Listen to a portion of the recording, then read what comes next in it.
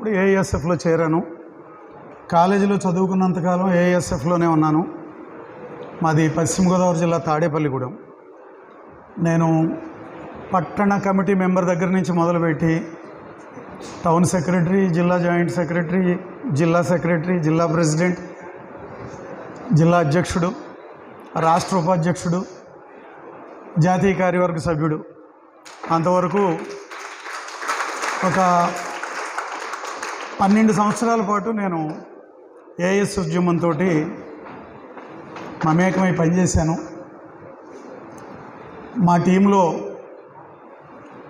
ఒక 80 మంది ఉండేవారు. మా ఊర్లో 80 మందిలో ఒక 18 మంది జర్నలిస్టులు అయ్యాం. ఓ 40 మంది bank, railway, public service commission పరీక్షలు రాసి బ్యాంక్స్లోను, రైల్వేస్లోను, అంటే ఆర్ఆర్బి, బిఎస్ఆర్బి ఇట్లాంటివన్నీ స్టాఫ్ సెలక్షన్ కమిషన్ రాసి ఆ ఉద్యోగాల్లో చేరారు. కొంతమంది అధ్యాపకులు అయ్యారు. కొంతమంది పోలీస్ డిపార్ట్మెంట్లో కూడా నాకు తెలిసి 2 సర్కిల్ ఇన్స్పెక్టర్లు, నాతో పాటు ఏఎస్ఎఫ్లో పనిచేసిన కార్యకర్తలు, 5-6 ఆర్మీలకు కూడా వెళ్ళారు. ఏఎస్ఎఫ్లో తయారై విభిన్న జీవన రంగాల్లో సెటిల్ అయిన మిత్రుల్లో వాళ్ళ రంగాల్లో వాళ్ళ సంఘాల్లో రాష్ట్ర స్థాయి నాయకులైన వాళ్ళు కూడా ఉన్నారు. అంటే అక్కడ కార్యకర్త ఏఎస్ఎఫ్లో ఉద్యోగం వచ్చింది, అక్కడ కూడా యూనియన్లో ఉంటారు. యూనియన్లో రాష్ట్ర ఉపాధ్యక్షుడో, రాష్ట్ర జనరల్ సెక్రటరీయో, రాష్ట్ర అధ్యక్షుడో, అట్లాగా ఏఎస్ఎఫ్ ఉద్యమం ద్వారా నేర్చుకున్న నాయకత్వ లక్షణాలు వాళ్ళ జీవితంలో స్థిరపడిన తర్వాత కూడా ఆ లక్షణాలు కొనసాగటం కారణంగా వాళ్ళు లీడింగ్ పొజిషన్స్లోకి వెళ్ళారు. సరే, నేను ఉద్యమంలో నుంచి వెళ్ళిన తర్వాత ప్రధానంగా నేను పత్రికా రంగాన్ని ఎంచుకున్నాను. జర్నలిస్ట్గా పనిచేస్తూ విశాలాంధ్రలో 30 ఏళ్ళు చేశాను. ఇప్పుడు జనబలం అనే మాసపత్రిక ఎడిటర్గా పనిచేస్తున్నాను గత 16 సంవత్సరాలుగా. జర్నలిస్టు యూనియన్లో కూడా నేను ఇందాక ఎట్లాగైతే టౌన్ సెక్రటరీ దగ్గర నుంచి రాష్ట్ర స్థాయి వరకు వెళ్ళానో, ఆంధ్రప్రదేశ్ వర్కింగ్ జర్నలిస్ట్ యూనియన్కి 2007 నుంచి 15 వరకు 8 సంవత్సరాలు 3 సార్లు ఉమ్మడి రాష్ట్రంలో రాష్ట్ర అధ్యక్షుడిగా పనిచేశా. ప్రస్తుతం ఇండియన్ జర్నలిస్ట్ యూనియన్, ఐజేయు అంటారు, మీ ఐఎస్ఎఫ్ లాగే ఐజేయు కూడా ఒక నేషనల్ ఆర్గనైజేషను. 29 రాష్ట్రాల్లో శాఖలు ఉన్నాయి. 32,000 మంది జర్నలిస్టులు, వర్కింగ్ జర్నలిస్టులు అందులో మెంబర్సు. దానికి నేను ఇప్పుడు జాతీయ స్థాయిలో వన్ ఆఫ్ ది సెక్రటరీస్, 4 ఉంటారు కార్యదర్శులు. ఇప్పుడు నేను దానికి కార్యదర్శిగా పనిచేస్తున్నా. మా సెక్రటరీ జనరల్ మా సంఘంలో ఆయన పేరు బల్విందర్ సింగ్ జమ్ము, ఆయనది పంజాబు. ఆయన కూడా నా మాదిరే జర్నలిస్ట్ అయ్యారు. పంజాబులో పంజాబ్ ట్రిబ్యూన్ అనే పత్రిక ఉంటుంది, దానికి రాష్ట్ర బ్యూరో చీఫ్ ఆయన అక్కడ పంజాబ్ రాష్ట్ర అధ్యక్షుడు చేసి ఇప్పుడు మా యూనియన్కి ఆయన సెక్రటరీ జనరల్ అనమాట, మొత్తం ఇండియా మొత్తానికి. అయితే ఏఎస్ఎఫ్ అనేక మంది సామాజిక ఉద్యమాల్లో పనిచేస్తున్న వాళ్ళకి నాయకత్వాన్ని అందించిన సంస్థ ఏఎస్ఎఫ్. వాళ్ళు సైంటిస్టులు అవనివ్వండి, ప్రొఫెసర్లు అవనివ్వండి, లాయర్లు అవనివ్వండి, లేకపోతే రాజకీయ నాయకులు అవనివ్వండి, బిజినెస్ పీపుల్ అవనివ్వండి, అడ్మినిస్ట్రేషన్లో ఉండేవండి, ఎక్కడైనా సరే చిన్నప్పుడు ఏదో ఒక దశలో ఏఎస్ఎఫ్తో కలిసి పనిచేసిన వాళ్ళు తప్పనిసరిగా వాళ్ళ రంగాల్లో బాగా రాణించారు అని ముందుగా నేను మీకు చెప్పదలుచుకున్నా. సో మీరు కూడా ఫ్యూచర్లో మీరు ఏ రంగాన్ని ఎంచుకున్నప్పటికీ మీరు మీ రంగాల్లో రాణించాలని, అందులో మీరు నాయకత్వ స్థానాలకు ఎదగాలని, మీరు ఒక గుర్తింపు పొంది వీళ్ళు సోషల్ లీడర్సు అని అనిపించుకోవాలని ముందుగా నేను మీకు తెలియజేస్తున్నాను. ఇంకా మీకు చాలా టైం ఉంది, నేర్చుకోవడానికి చాలా టైం ఉంది, నేర్చుకోండి. సో సబ్జెక్టులోకి వెళ్ళే ముందు విద్యార్థి ఉద్యమంలో కొద్దిగా నేను ఒక పావుగంట విద్యార్థి ఉద్యమం గురించి కూడా మాట్లాడతాను. నా సబ్జెక్టు చరిత్ర సంస్కృతి. చరిత్ర సంస్కృతికి నాకు శివారెడ్డి కనీసం 3 గంటలు ఇస్తే న్యాయం చేస్తా, కానీ గంట ఇచ్చాడు. అందువల్ల నేను హిస్టరీ స్టూడెంట్ని. హిస్టరీని చెప్పాలంటే తారీఖులు, దస్తావేజులు అన్నీ చెప్పుకుంటూ రావచ్చు. మీలో కూడా చాలామంది చదువుతూ ఉండుంటారు. కానీ ఈరోజు దాని అవసరం మనకు ఎందుకు ఉంది అనే దాన్ని కొంచెం ముందు విద్యార్థి ఉద్యమంలో ఉన్న ప్రస్తుత సమస్యల మీద ఒక రెండు మాట్లాడాక నేను నా సబ్జెక్టులోకి వస్తాను. ఇప్పుడు దేశంలో 26 కోట్ల మంది విద్యార్థులు ఉన్నారు. గుర్తుంచుకోండి, 26 కోట్ల మంది ఉన్నారు స్టూడెంట్స్ టోటల్ స్ట్రెంగ్త్. విద్యార్థులు చదువుకోకుండా ఉద్యమాల్లోకి ఎందుకు రావాలి? మీ చదువు మీరు చదువుకుంటుంటే చదువుకోవడానికి అన్ని విద్యా సంస్థల్లో మీకు సదుపాయాలు ఉంటే మీరు రోడ్లు ఎక్కక్కర్లా, అంతే కదా? మీకు సదుపాయాలు ఉండాలి, చదువుకోవడానికి తగిన పరిస్థితులు ఉండాలి, చదువుకునే వాతావరణం ఉండాలి, మీ స్కూళ్ళల్లోనూ కాలేజీల్లోనూ మీకు ప్రోత్సాహం ఉండాలి. మీరు ఎంత దూరం చదువుకుంటారంటే అంత దూరం పుట్టుకతో సంబంధం లేకుండా, ఆడపిల్ల మగపిల్ల, లేకపోతే అగ్రవర్ణమా లేకపోతే ఇతర వర్ణాల, కులమా మతమా ప్రాంతమా భాష, ఎటువంటి పుట్టుకతో ఎటువంటి వివక్ష లేకుండా మీకు చదువుకోవడానికి కేజీ నుండి పీజీ వరకు సమాజం మీకు ఏర్పాట్లు చేస్తే అప్పుడు ఏఎస్ఎఫ్లోకి వచ్చి ఉద్యమాలు చేయాల్సిన అవసరం ఉండదు, అంతే కదా? అటువంటివి లేకపోవడం మూలంగానే మనం ఉద్యమాలు అవసరం అవుతున్నాయి. రెండోది, పాలిటిక్స్ అవసరమా విద్యార్థులు కానీ ప్రతిసారి ఒక చర్చ తీసుకొస్తూనే ఉంటారు. కానీ విధానాలు నిర్ణయించేది ప్రభుత్వాలు, పాలసీలు తయారు చేసేది రాజకీయాలు. పార్లమెంటు చట్టాలు చేస్తుంది, విద్యా విధానాన్ని రూపొందిస్తుంది, లేకపోతే నీతి ఆయోగ్ ఏదో కొన్ని ప్రాజెక్టులు చేస్తుంది. ఇదివరకు ప్రణాళిక సంఘం అనేవారు. లేదు హెచ్ఆర్డి మినిస్ట్రీ ఉంటుంది, ఎన్సీఆర్టీ ఉంటుంది, ఎస్సీఆర్టీ ఉంటుంది, మీకు టెక్స్ట్ బుక్స్ తయారు చేసే సంస్థలు ఉంటాయి, లేకపోతే యూనివర్సిటీ గ్రాంట్స్ కమిషన్ ఉంటుంది, మీకు యూనివర్సిటీలో కరికులం ఏముండాలో నిర్ణయించే వాళ్ళు ఉంటారు. వాళ్ళు నిర్ణయాలు తీసుకోవటాన్ని రాజకీయాలు ప్రభావితం చేస్తున్నాయి. అది మీ జీవితాన్ని ప్రభావితం చేస్తుంది. ఏం చదవాలి, ఏం చదవద్దు. ఇప్పుడు 3, 4, 5 తరగతులను తీసుకొచ్చి హై స్కూల్లో పెడితే అదొక రాజకీయ నిర్ణయం. దానివల్ల విద్యార్థులు ఇబ్బంది పడుతున్నారా లేదా మీరు చెప్పాలి నాకు. 3, 4, 5 తరగతుల పిల్లల్ని హై స్కూల్లో చేర్చడం సరైందేనా? ఈ డెసిషన్ తీసుకున్నది ఎవరు? రాజకీయ నాయకత్వం తీసుకుంది నిర్ణయం. రాజకీయ నాయకత్వం రాజకీయ నిర్ణయాలు తీసుకుని విద్యార్థుల జీవితాలతో ఆడుకుంటూ ఉంటే దాన్ని ప్రశ్నించడానికి విద్యార్థి ఉద్యమం అవసరం అవుతుంది, దాన్ని ప్రతిఘటించడానికి విద్యార్థి ఉద్యమం అవసరం అవుతుంది. లేదు, టెక్స్ట్ బుక్స్ మీ జీవితానికి ఉపయోగపడే టెక్స్ట్ బుక్సా, మీ జీవితానికి ఉపయోగపడలేదా? ఇప్పుడు ఆర్టిఫిషియల్ ఇంటెలిజెన్స్ వస్తూ ఉంది, అది మన అందరికీ ఉపయోగపడేదా కాదా? అందరికీ ఉపాధి కల్పిస్తుందా కల్పించదా? లేదు, సైన్స్ అండ్ టెక్నాలజీలో అనేక మార్పులు వస్తూ ఉంటాయి. ఆ సైన్స్ అండ్ టెక్నాలజీలో వచ్చే మార్పులు మన జీవితానికి ఉపయోగపడేవా కావా? ఈ నిర్ణయాలన్నీ తీసుకునేది రాజకీయం. అంచేత రాజకీయ నిర్ణయాలని ప్రతిఘటించాలన్నా, వ్యతిరేకించాలన్నా, ప్రశ్నించాలన్నా విద్యార్థులకు కూడా రాజకీయాలు అవసరం. అందుకని ఏఐఎస్ఎఫ్ పనిచేస్తూ ఉంది. చేత బాగా చదువుకోవడానికి, మంచి సదుపాయాల కోసం, మంచి భవిష్యత్తు కోసం, అందుకే ఏఎస్ఎఫ్ నినాదం, అది అంతర్జాతీయ విద్యార్థి సంఘం యొక్క నినాదం. అది ఏంటి? Study and struggle.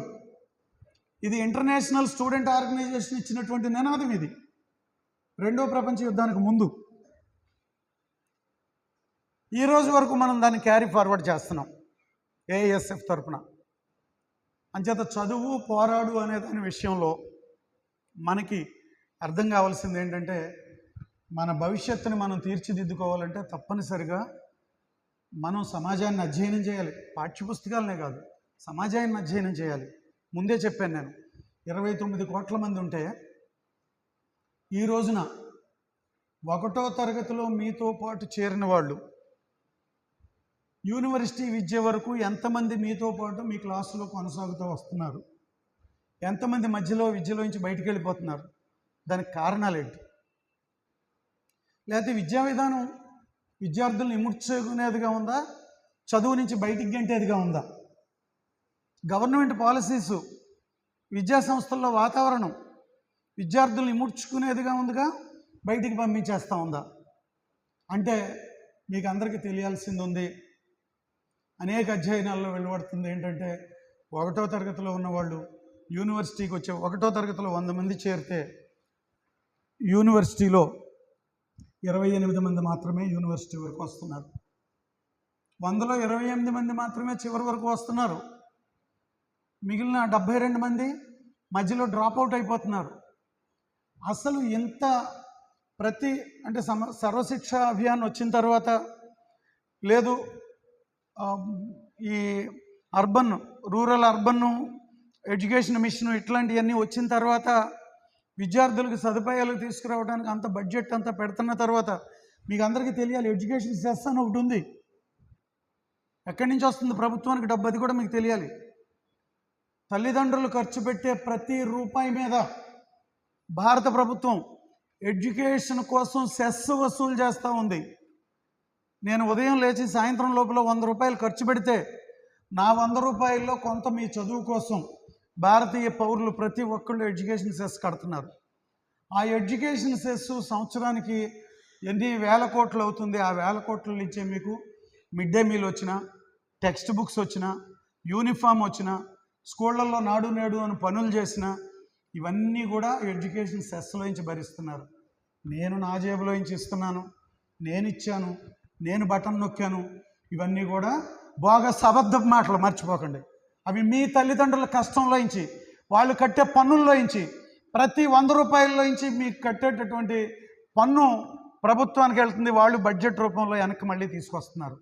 మన తల్లిదండ్రుల కష్టంలోంచి రూపాయి వస్తుంది అనేది కూడా విద్యార్థులు తెలుసుకోవాల్సిన అవసరం ఉంది.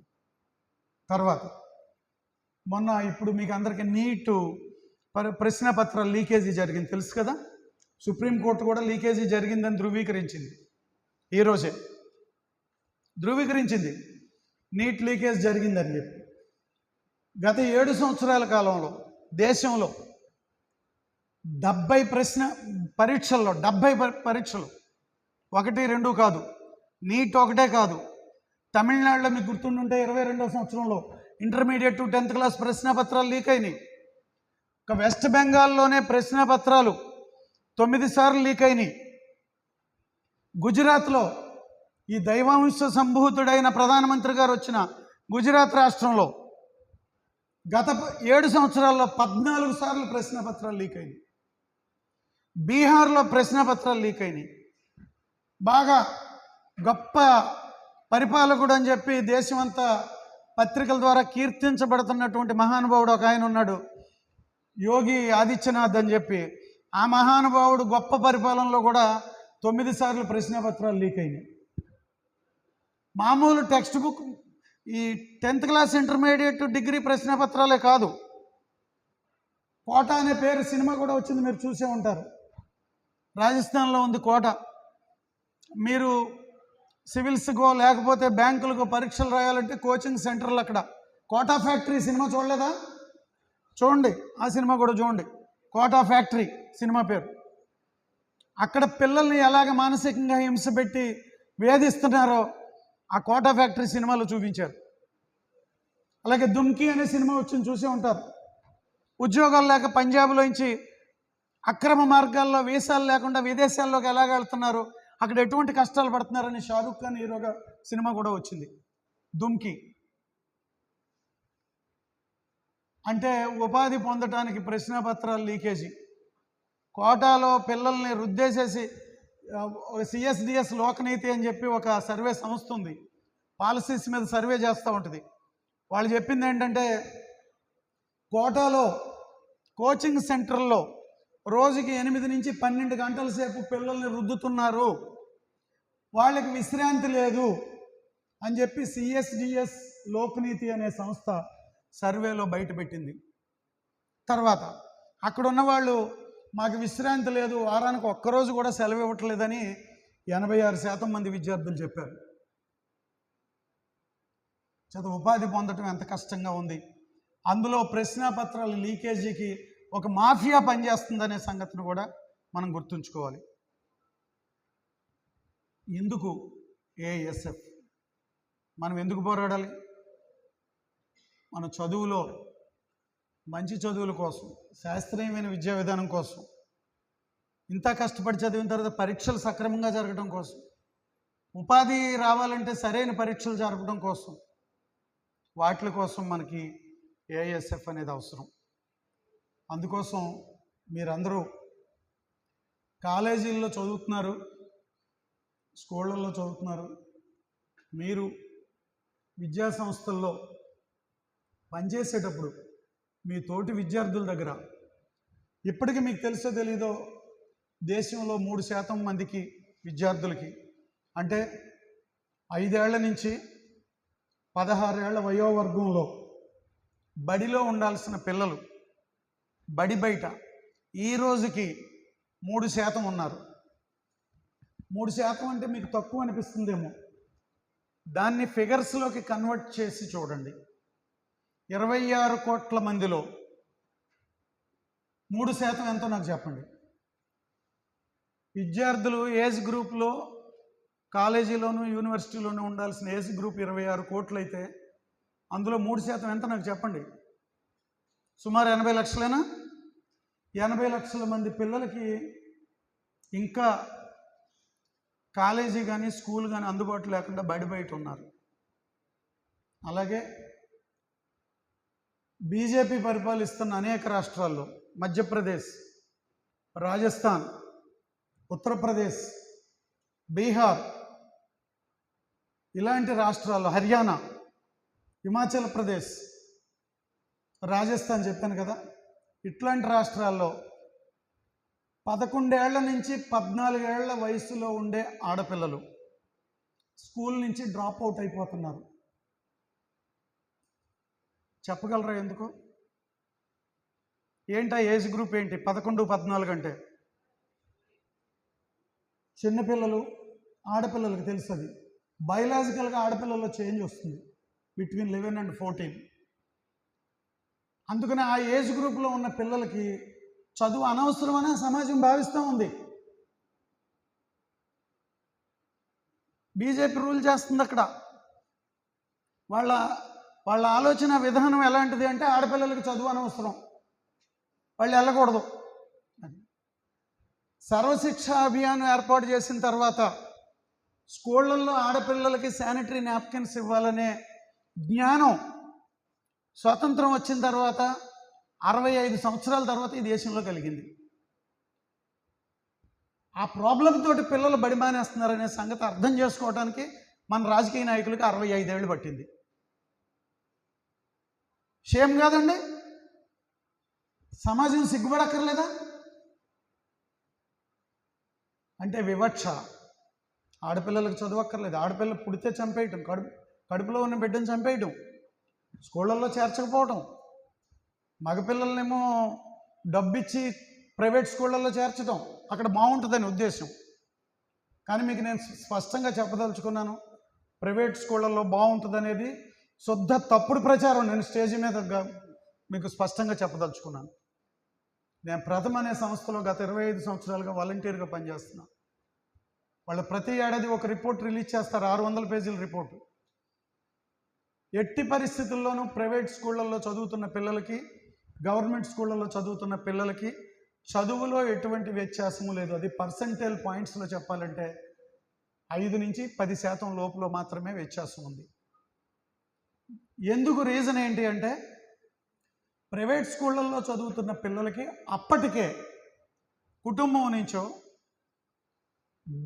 వెనకాల నుంచి ఎడిషనల్ ఇన్పుట్ ఇస్తుంది. ఎడిషనల్ ఇన్పుట్ అంటే తెలుసా మీకు? స్కూల్లో ఇచ్చేది స్కూల్ ఇచ్చే ఇన్పుట్ వాళ్ళు ఎంత చెప్పనివ్వండి, ఉదయం నుంచి 9 కాడి నుంచి సాయంత్రం 5 వరకు చెప్పే input school input. School input ఎంత ఇచ్చినా, ఎంత గొప్ప విద్యార్థి అయినా కొంతమేరకే రాణిస్తాడు. స్కూల్ బయట అదనపు ఇన్పుట్ ఇచ్చే విద్యార్థికి అతను అదనంగా రాణించడానికి అవకాశం ఉంటుంది. ఇది ప్రపంచవ్యాప్తంగా విద్యారంగం మీద చేసిన సర్వేల్లో, అధ్యయనాల్లో విద్యాశాస్త్రవేత్తలు వెల్లడించిన అంశం ఇది. ఎడిషనల్ ఇన్పుట్ పొందినటువంటి విద్యార్థులు 10th క్లాస్లో 10/10 తెచ్చుకుంటారు. వాడు ప్రైవేట్ స్కూల్లో చదివినా, గవర్నమెంట్ స్కూల్లో చదివినా. అంచేత గవర్నమెంట్ స్కూలు బాగా చెప్పదు, ప్రైవేట్ స్కూల్ బాగా చెప్తుంది అనేది వ్యాపారం కోసం ప్రైవేట్ సంస్థలు చేస్తున్న ప్రచారం మాత్రమే. సో మన తల్లిదండ్రులు మగపిల్లల్ని గవర్నమెంట్ స్కూల్లో ప్రైవేట్ స్కూళ్ళలో చేర్చడం, ఆడపిల్లల్ని గవర్నమెంట్ స్కూల్లో చేర్చడం, 11-14 ఏళ్ల మధ్య బడి మానిపించేయడం, ముందు వాళ్ళకి ప్రధాన లక్ష్యం పెళ్లి చేయటం మాత్రమే. ఇది మన విద్యా వ్యవస్థలో ఉన్నటువంటి లోపాలు. ఇంకా చాలా ఉన్నాయి, మన మిత్రులు ఇంకా మిగిలిన విషయాలు మాట్లాడతారు. కానీ నేను ఈరోజు మీకు భారతీయ చరిత్ర సంస్కృతి కరెక్ట్గా ఒక 1 అవర్ టైం తీసుకొని చెప్తాను ఎందుకు అవసరం మనకి. ఎందుకంటే మీరు భారతదేశ పటాన్ని చూస్తూ ఉంటారు, మ్యాప్ను చూస్తూ ఉంటారు కదా, అందరూ మ్యాప్ను చూస్తున్నారుగా, కాలేజీలోను స్కూళ్ళలోనూ చూస్తున్నారు కదా. ఈ మ్యాప్ భారతదేశం అని మనం ఎప్పటి నుంచి గుర్తించామంటే 1947 ఆగస్టు 15 నుంచే గుర్తించాం, స్వతంత్రం వచ్చాక. భారత రాజ్యాంగంలో తొలిగా ఉండేటటువంటి ఆర్టికల్స్లో భారతదేశపు స్వరూపం గురించి స్పష్టంగా ఉంది. రాష్ట్రాలు ఏమిటి, కేంద్రపాలిత ప్రాంతాలు ఏమిటి, ఇటువంటివన్నీ కూడా. అంచేత భారతీయ చిత్రపటాన్ని మనం పొలిటికల్ మ్యాప్ అని రాజ్యాంగం వచ్చిన తర్వాతే గుర్తించాం. అంతకుముందు భారతదేశపు మ్యాప్ లేదనుకోకుండా ఉంది. కానీ మీరందరూ నెట్ చూసుకుంటాం అలవాటు ఉంది కాబట్టి గూగుల్ సెర్చ్ చేసుకుని 10,000 సంవత్సరాలుగా భారతదేశపు చిత్రపటం ఎట్లా ఉంది, రాచరికాలు ఎలా పరిపాలించినాయి, ఎవరి పరిపాలనా కాలంలో ఈ దేశపు చిత్రపటం ఎట్లా ఉంది అనేది ఎవరో ఒక ఆయన 6 నిమిషాలు ఉండే ఒక వీడియో చేసి పెట్టారు. 10,000 సంవత్సరాల క్రితం ఈ మ్యాప్ ఎట్లా ఉంది, 5,000 సంవత్సరాల క్రితం ఈ మ్యాప్ ఎట్లా ఉంది, క్రీస్తుపూర్వం 3,000 సంవత్సరాల క్రితం ఎట్లా ఉంది, 1500 క్రీస్తుపూర్వం 1500 ఎట్లా ఉంది. లేదు, ఈ దేశంలో మన చరిత్రలో మొట్టమొదటి సామ్రాజ్యంగా మనం చెప్పుకునేది మగధ సామ్రాజ్యం. మగధ సామ్రాజ్యం నాటికి ఈ మ్యాప్ ఎట్లా ఉంది, ఉపఖండం అనే మాట వాడతాను నేను. ఈ ఉపఖండం మ్యాప్ ఎట్లా ఉంది. లేదు, ఇంకా కొంతమంది పరిశీలించి పురాణ కాలం నాటి ప్రపంచం మ్యాప్ ఎట్లా ఉందో కూడా తయారు చేశారు.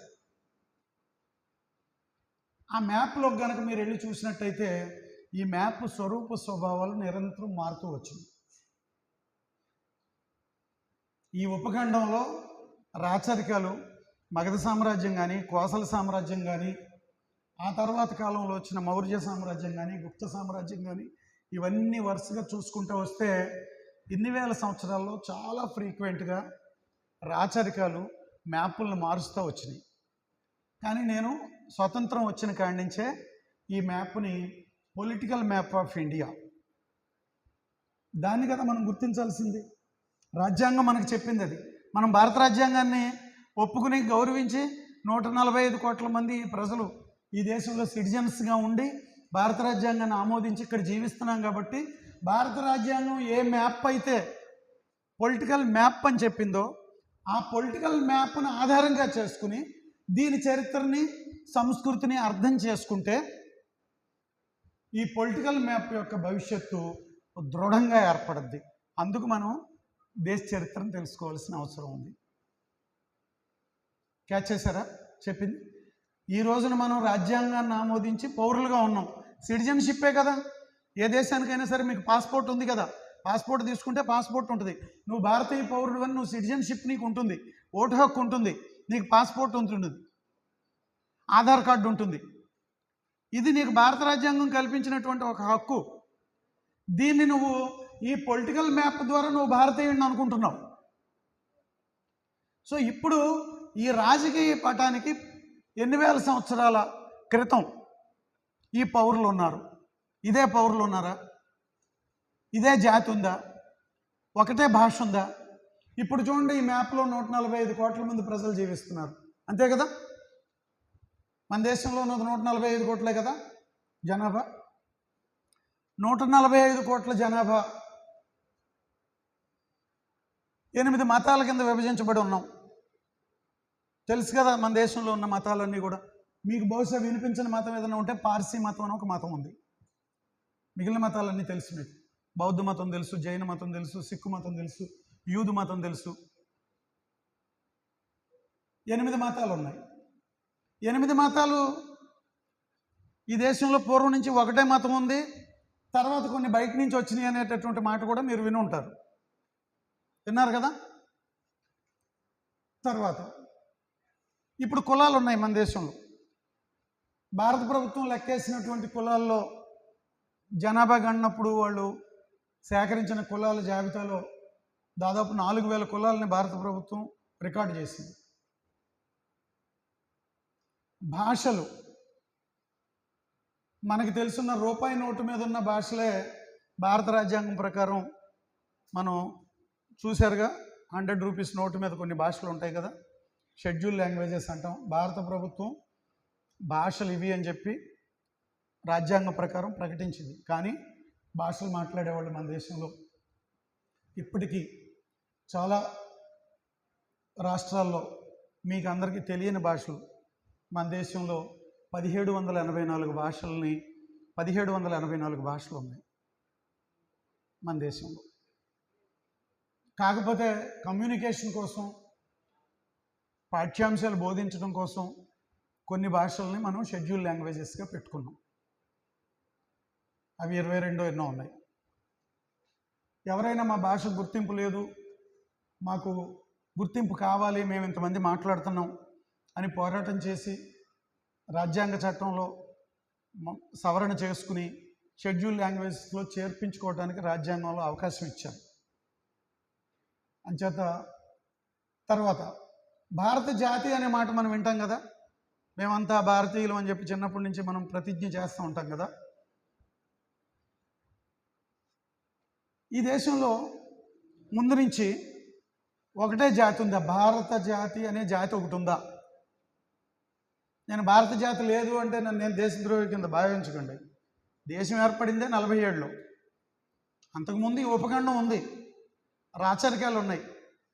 మీకు రాజ్యాంగ చట్టం అమలు జరిగేటప్పటికి ఈ దేశంలో భారతదేశపు రాజకీయ పట్టం ఏర్పడక ముందు ఈ దేశంలో ఎన్ని స్వదేశీ సంస్థానాలు ఉన్నాయో తెలుసా?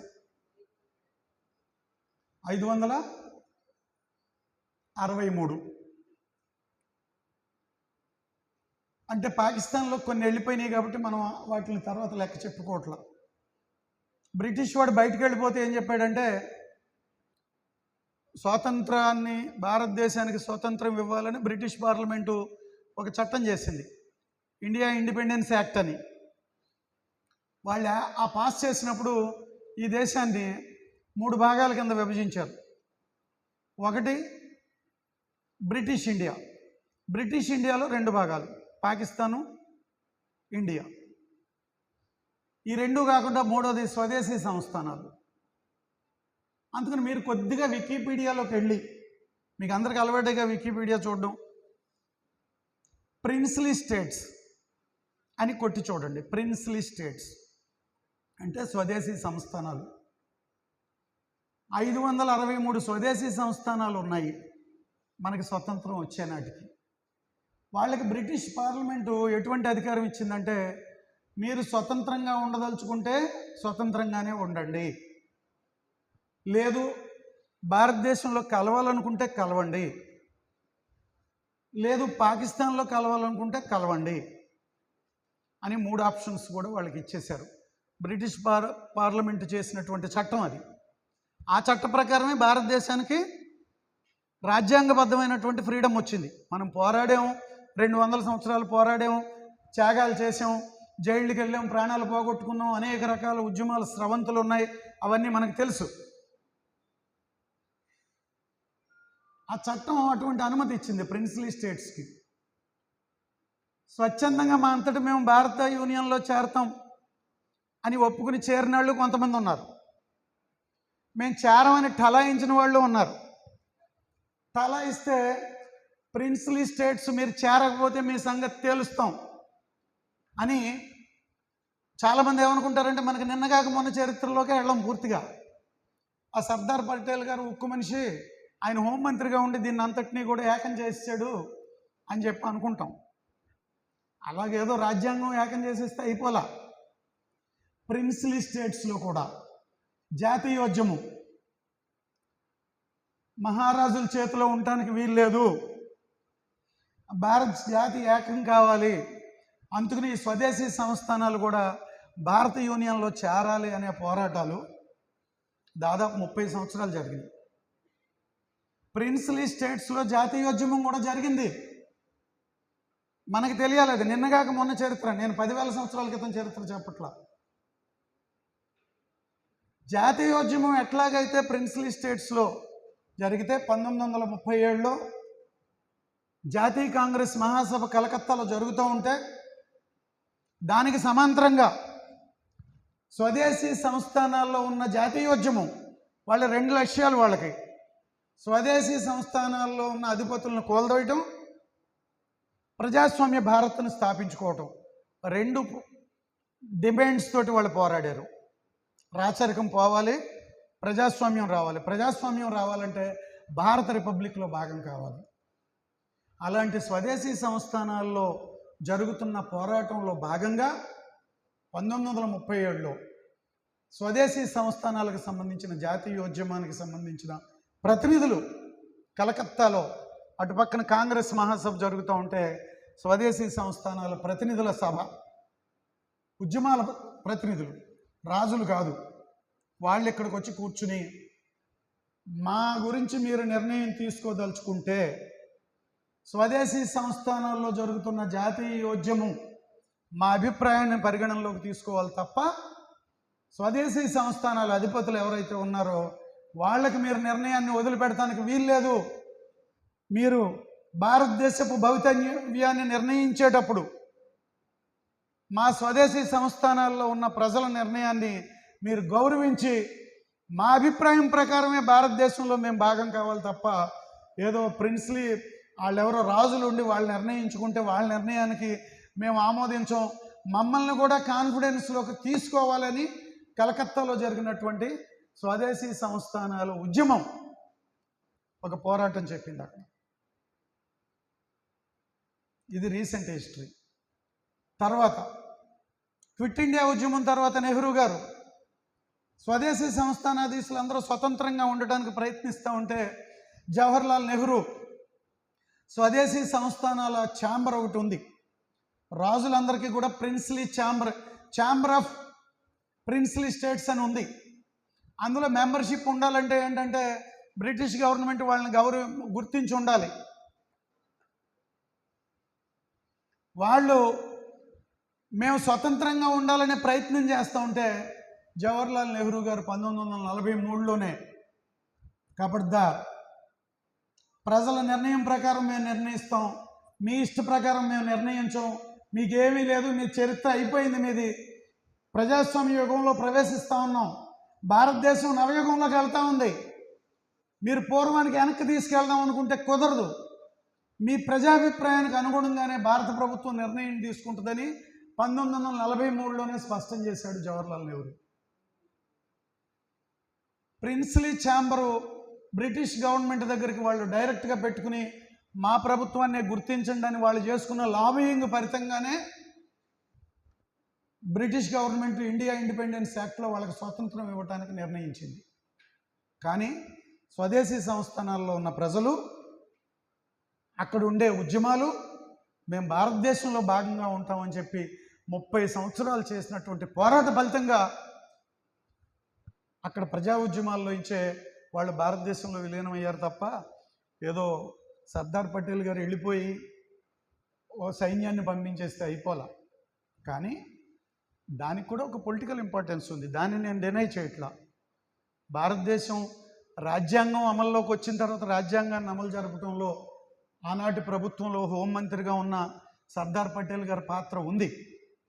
కానీ 30 సంవత్సరాల ప్రజా పోరాటాల చరిత్ర లేకుండా రాజ్యాంగపరంగా సైన్యం వెళ్ళిపోతే జరగలేదు. సైన్యం వెళ్ళిపోతే జరగలేదు అనే దానికి ఈ రోజుకి జమ్మూ కాశ్మీర్లో సైన్యాన్ని పెట్టినప్పటికీ అక్కడ ప్రజల ఆకాంక్షల్ని మనం పూర్తిగా గుర్తించలేదు అనేది మనం గుర్తించాలి. ఇప్పుడు 370 ఆర్టికల్లు రద్దు చేసేసినంత మాత్రాన జమ్మూ కాశ్మీర్ ఏమి కంప్లీట్గా భారతీయ సమాజంలో భాగం అయిపోలేదు. ఎప్పటికీ అక్కడ వాళ్ళు పోరాడుతున్నారు. దాన్ని మనం అర్థం చేసుకోవాలి. అంచేత మీకు ఈ జాతి అంతా ఒకటిగానే ఉంది వేలాది సంవత్సరాలుగా అనే మాటని మీరు గుర్తించేటప్పుడు అంతకుముందు ఒకే దేశంగా లేదు, 563 స్వదేశీ సంస్థానాలు ఉన్నాయి. మీరు ఇంకా ఆశ్చర్యపోతారు, వికీపీడియాలోనే చూడండి, 563 సంస్థానాలకి ప్రత్యేక జెండాలు ఉన్నాయి. ప్రత్యేక జెండాలు ఉన్నాయి. 3 రంగులుండి ధర్మచక్రం ఉన్న జెండా రాజ్యాంగంతో పాటే వచ్చింది. జాతీయోద్యమంలో 3 రంగుల జెండా ఉంది, దాని మీద చరకా ఉంది. చాలా మార్పులు చెందినాయి. పింగళ వెంకయ్య గారు రూపొందించిన జెండా ఉంది, వేరే వాళ్ళు రూపొందించిన జెండాలు ఉన్నాయి. కానీ భారత రాజ్యాంగం గుర్తించినటువంటి జెండా ఈ 3 రంగులు ధర్మచక్రం. కానీ మీరు తెలుసుకోవాల్సింది 563 రాజ్యాలకి వేరు వేరు జెండాలు ఉన్నాయి, వేరు వేరు జాతీయ చిహ్నాలు ఉన్నాయి. ఇప్పుడు మన ధర్మచక్రంతో పాటు మన జాతీయ చిహ్నం తెలుసు మీకు అందరికీ, సింహాల బొమ్మ కదా, నేషనల్ ఎంబ్లమ్ అదే కదా. దానికి ముందు స్వదేశీ సంస్థానాలన్నిటికీ వేరు వేరు జాతీయ చిహ్నాలు ఉన్నాయి. అంచేత స్వతంత్రం రాకముందు భారతదేశం అంతా ఒకటే పొలిటికల్ ఎంటిటీ కాదు, 563 పొలిటికల్ ఎంటిటీస్ ఉన్నాయి.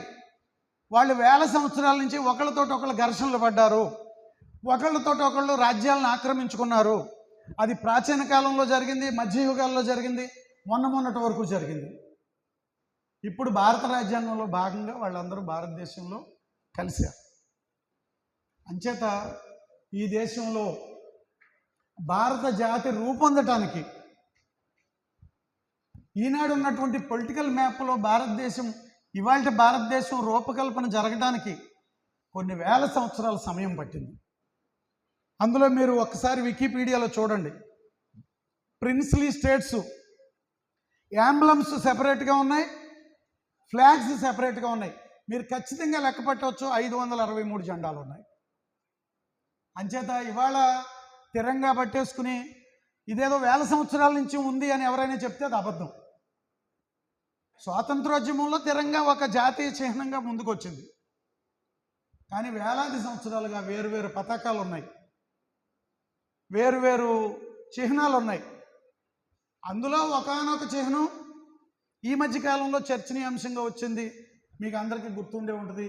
కొత్త పార్లమెంటు భవనాన్ని ప్రారంభించినప్పుడు ఈ దైవాంశ సంభూతుడు దాన్ని మోసుకుంటూ వెళ్ళాడు. ఏంటది? రాజదండం, సెంగోల్ అనేది దక్షిణ భారతదేశంలో ఎక్కడో ఒక చోళ, చేర, పాండ్య అని 3 రాజ్యాలు ఉండేవి. అవి ఎప్పుడూ కూడా భారతదేశపు మధ్యయుగాల చరిత్రలో కానీ ప్రాచీన చరిత్రలో కానీ భారతదేశపు ఏ రాజ్యంలోనూ కూడా భాగంగా లేకుండా ఉన్నాయి. అవి చోళ, చేర, పాండ్య. చూసుకోండి, భారతదేశంలో అతిపెద్ద సామ్రాజ్యాన్ని నిర్మించిన వ్యక్తులు ఇద్దరు. మౌర్య సామ్రాజ్యం, ఔరంగజేబు. మిగిలిన వాళ్ళు అందరి మధ్యలో మారుతూ వచ్చినాయి. అతిపెద్ద ఎక్కువ మ్యాప్ను ఆక్రమించిన ఈ దేశంలో అతిపెద్ద మ్యాప్ చరిత్రలో చూసుకుంటే 2 ఉంటాయి.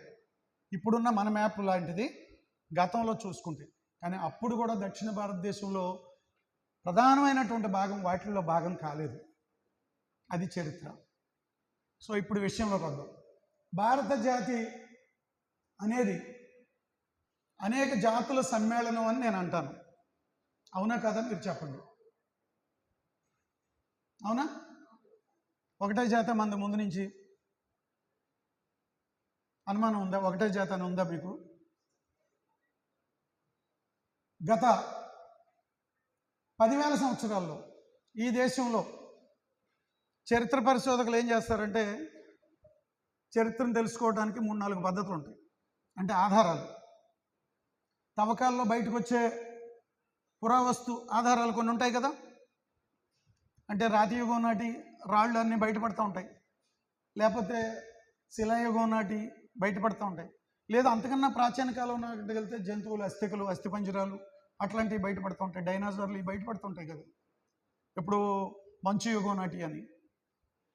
అంచేత పురావస్తు ఆధారాల్లో పురాతన కాలం నుంచి ఈ దేశంలో మనకి తవ్వకాల ద్వారా దొరికేవి కొన్ని, గుహల్లో దొరికేవి కొన్ని పెయింటింగ్సు, శిలాజాలు, శిలలు, శిల్పాలు, శిల్పాల మీద ఉన్న శాసనాలు, తర్వాత మనకి సాహిత్యం, ఇటువంటివన్నీ కూడా చరిత్రకు ఆధారాలు. పురాణాలు, ఇతిహాసాలు, ఇవి కూడా చరిత్రను తెలుసుకోవడానికి ఉపయోగపడతాయి. సో గత 10,000 సంవత్సరాల చరిత్రలో మనకి చారిత్రక ఆధారాలు చెప్పేది ఏంటంటే, ఈ దేశంలో ప్రపంచంలో మనుషుల్ని శాస్త్రవేత్తలు ఒక 8 రకాల నరవర్గాల కింద విభజించారు. శాస్త్రవేత్తలు ఎలా విభజించారు? వాళ్ళ శరీర నిర్మాణాన్ని బట్టి, కనుగుడ్ల రంగును బట్టి, జుట్టును బట్టి, డిఎన్ఏని బట్టి మనుషులను అలాగే కదా వర్గీకరిస్తారు. ప్రపంచంలో ఇవాళ నివసిస్తున్నటువంటి 7 కోట్ల మంది 750 కోట్ల మంది ఉన్నారు.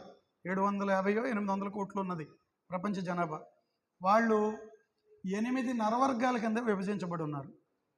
కానీ భారతదేశంలో గత 10,000 సంవత్సరాల్లో చూసుకుంటే దాదాపు 6 నరవర్గాలకు సంబంధించిన మనుషులు ఈ దేశంలో 10,000 సంవత్సరాల నుంచి జీవిస్తున్నారు. అంచేత ఒకటే జాతి ఉన్నది అనే మాట కరెక్ట్ కాదు. దానికి ఉదాహరణ నేను చెప్తాను.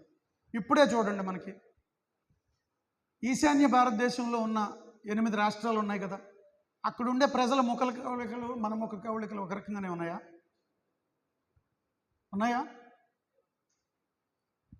వాళ్ళ ముఖ కవళికలు, శరీర నిర్మాణం, మన శరీర నిర్మాణం ఒక రకంగానే ఉందా?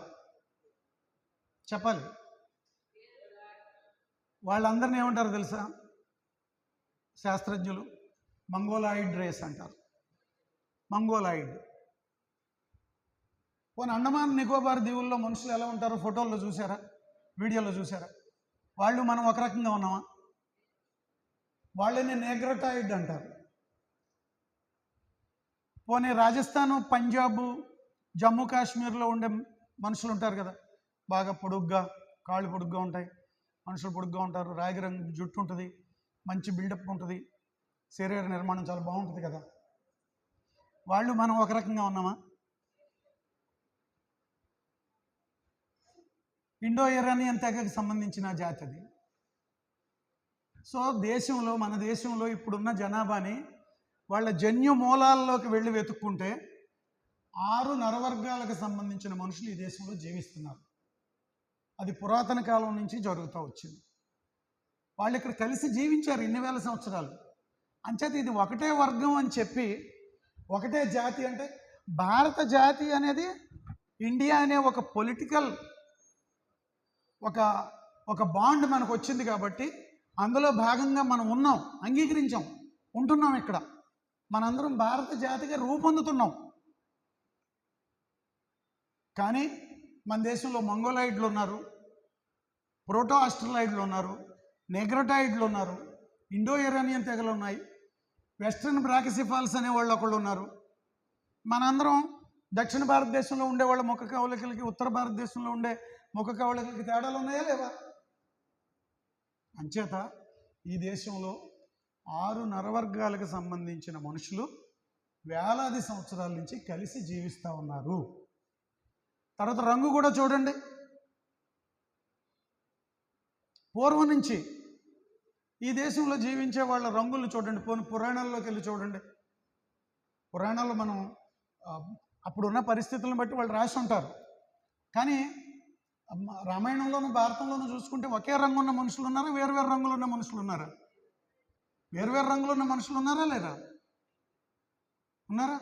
నీలం రంగులో ఒకళ్ళు, నలుపు రంగులో ఒకళ్ళు, తెలుపు రంగులో ఒకళ్ళు, పెద్ద పెద్ద బండపేదాలతోటి, కూరలతోటి, కొమ్ములతోటి కొందరు రచయితలు అలా రాశారు చరిత్రని.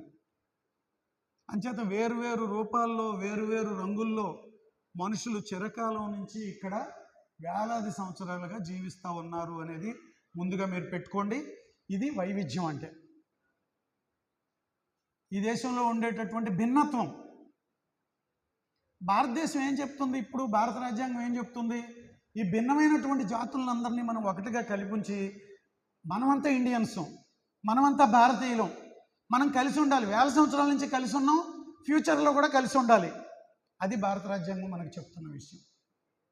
అలాగే జాతుల గురించి చెప్పాను, రంగుల గురించి చెప్పాను. ఒకే భాష మాట్లాడుతున్న వాళ్ళు ఉన్నారా ఈ దేశంలో? ముందు నుంచి ఇందాక చెప్పా 1784 భాషలు ఉన్నాయని. పోనీ వేలాది సంవత్సరాల నుంచి ఏదో భగవంతుడు సృష్టించినటువంటి భాష ఒకటి ఉండి అందులో నుంచి ఇవన్నీ వచ్చినాయా ఈ దేశంలో? మనకి వేదకాలం అని ఒకటి ఉంది. క్రిస్టియన్ ఎరాకి ముందు 3000 సంవత్సరాల నుంచి 1500 సంవత్సరాల వరకు వేదాలని ఉన్నాయి. మీరు వినే ఉంటారుగా వేదాస్ గురించి, వేదాల గురించి. వేదాలు సంస్కృత భాషలో ఉన్నాయి. సంస్కృత భాషని, వేద భాషని మన ప్రాచీన భాషగా ప్రచారం చేస్తూ అదే భాష సంస్కృతమే అన్ని భాషలకి తల్లి వంటిది అని ఈ దేశంలో పెద్ద వాదన ఉంది. సంస్కృతానికి ఆ లాంగ్వేజ్కి కూడా ఒక జన్యు ఉంటుంది కదా. మనుషులకి ఎట్లాగైతే జీన్స్ ఉంటాయో లాంగ్వేజ్కి కూడా జీన్స్ ఉంటాయి. ఎక్కడి నుంచి వచ్చింది లాంగ్వేజ్? ఎలా వచ్చింది? ఎలా పుట్టింది లాంగ్వేజ్? భాష ఎలా పుట్టింది? ఎలా డెవలప్ అయింది అంటే ఎప్పుడైనా గుర్తుంచుకోండి, మనిషి జీవించే పరిస్థితులను బట్టి, మనిషి తను జీవించే పరిస్థితుల నుంచి, నైసర్గిక స్వరూపం నుంచి, వాతావరణం నుంచి వాడి జీవితాన్ని ఎంచుకుంటాడు. అవునా కదా? సముద్రంలో ఉండేవాళ్ళు జీవించే విధానం ఒక రకంగా ఉంటుంది, పర్వత ప్రాంతాల్లో ఉండేవాళ్ళ జీవిత విధానం ఒక రకంగా ఉంటుంది, ఎడారుల్లో జీవించే వాళ్ళ జీవిత విధానం ఒక రకంగా ఉంటుంది, మంచు ప్రాంతాల్లో నివసించే వాళ్ళ జీవిత విధానం ఒక రకంగా ఉంటుంది. ఎందుకు? వాళ్ళు చుట్టూ వాళ్ళు జీవించే వాతావరణ పరిస్థితులు, అక్కడ వ్యవసాయం చేసుకుంటున్నాడా, చేపలు పట్టుకుంటున్నాడా, వేటాడుతున్నాడా, పశువులను పెంచుకుంటున్నాడా, ఇదంతా దేని మీద ఆధారపడి ఉంటుంది? అతను చుట్టూ ఉండే వాతావరణం, నైసర్గిక పరిస్థితులు, భూగోళిక పరిస్థితులు, వాటి మీద ఆధారపడి ఉంటుంది. అంతే కదా? నువ్వు ప్రకృతితోటి కష్టపడి పనిచేసేటప్పుడు దాంతో నీ జీవితం కోసం ప్రకృతితో పోరాడతావు, వాతావరణంతో పోరాడతావు, భూమితో పోరాడతావు, కొండలతో పోరాడతావు, సముద్రాలతో పోరాడతావు, జంతువులతో పోరాడతావు. ఆ పోరాడేటప్పుడు నువ్వు కొన్ని సంకేతాలను సృష్టించుకుంటావు నీ తోటి మనుషులతోటి. ఆ సంకేతాలు బొమ్మల రూపంలో ఉంటాయి, గీతల రూపంలో ఉంటాయి. తర్వాత కొన్ని వందల సంవత్సరాలకి అవి స్టాండర్డ్ అవుతాయి. స్టాండర్డ్ అయిన తర్వాత ఏదో వాళ్ళంతా ఆదిమానవుల కింద వేటకెళ్దాం అనుకుంటే ఒక సంకేతం మొట్టమొదట్లో పలికి ఉంటారు. ఆ సంకేతం ధ్వనుల రూపంలో ఉంటుంది, సైగల రూపంలో ఉంటుంది. కొంతకాలానికి వాడు వేట అనేది స్థిరపడిన తర్వాత ఆ సంకేతాలు, ధ్వనులు భాషగా రూపాంతరం చెందుతాయి.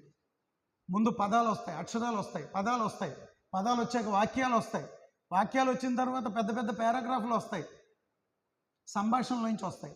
అది ఎక్కడి నుంచి వచ్చింది? నీకు నీ జీవిత విధానంలోంచి వచ్చింది, నీ ఉత్పత్తి సాధనాల్లోంచి వచ్చింది, నువ్వు రూపొందించుకునేటటువంటి జీవిత విధానంలోంచి నీ భాష వస్తుంది. మరి అలాంటప్పుడు ప్రపంచం అంతటికీ ఒకే భాష ఎట్లా ఉంటుందండి? ఆదిమ కాలంలో అయినా సరే భగవంతుడు ఒకే భాషను సృష్టిస్తే 1784 భాషలు ఎందుకుంటాయి? ఇవన్నీ మనిషి సృష్టించుకున్నాయి, తన జీవితంలోంచి సృష్టించుకున్నాడు, ప్రకృతితో తన పోరాటంలోంచి సృష్టించుకున్నాడు. అందుకని ఒక ఉదాహరణ చెప్తాను. ఈ దేశంలో 3000 అంటే ఇప్పటికి 5000 సంవత్సరాల క్రితం వేద భాష వచ్చింది కాబట్టి వైదిక భాష ప్రాచీన భాష అనే వాదన ఒకటి ఆర్ఎస్ఎస్ వాళ్ళు తీసుకొచ్చి పెడుతున్నారు చాలా కాలం నుంచి.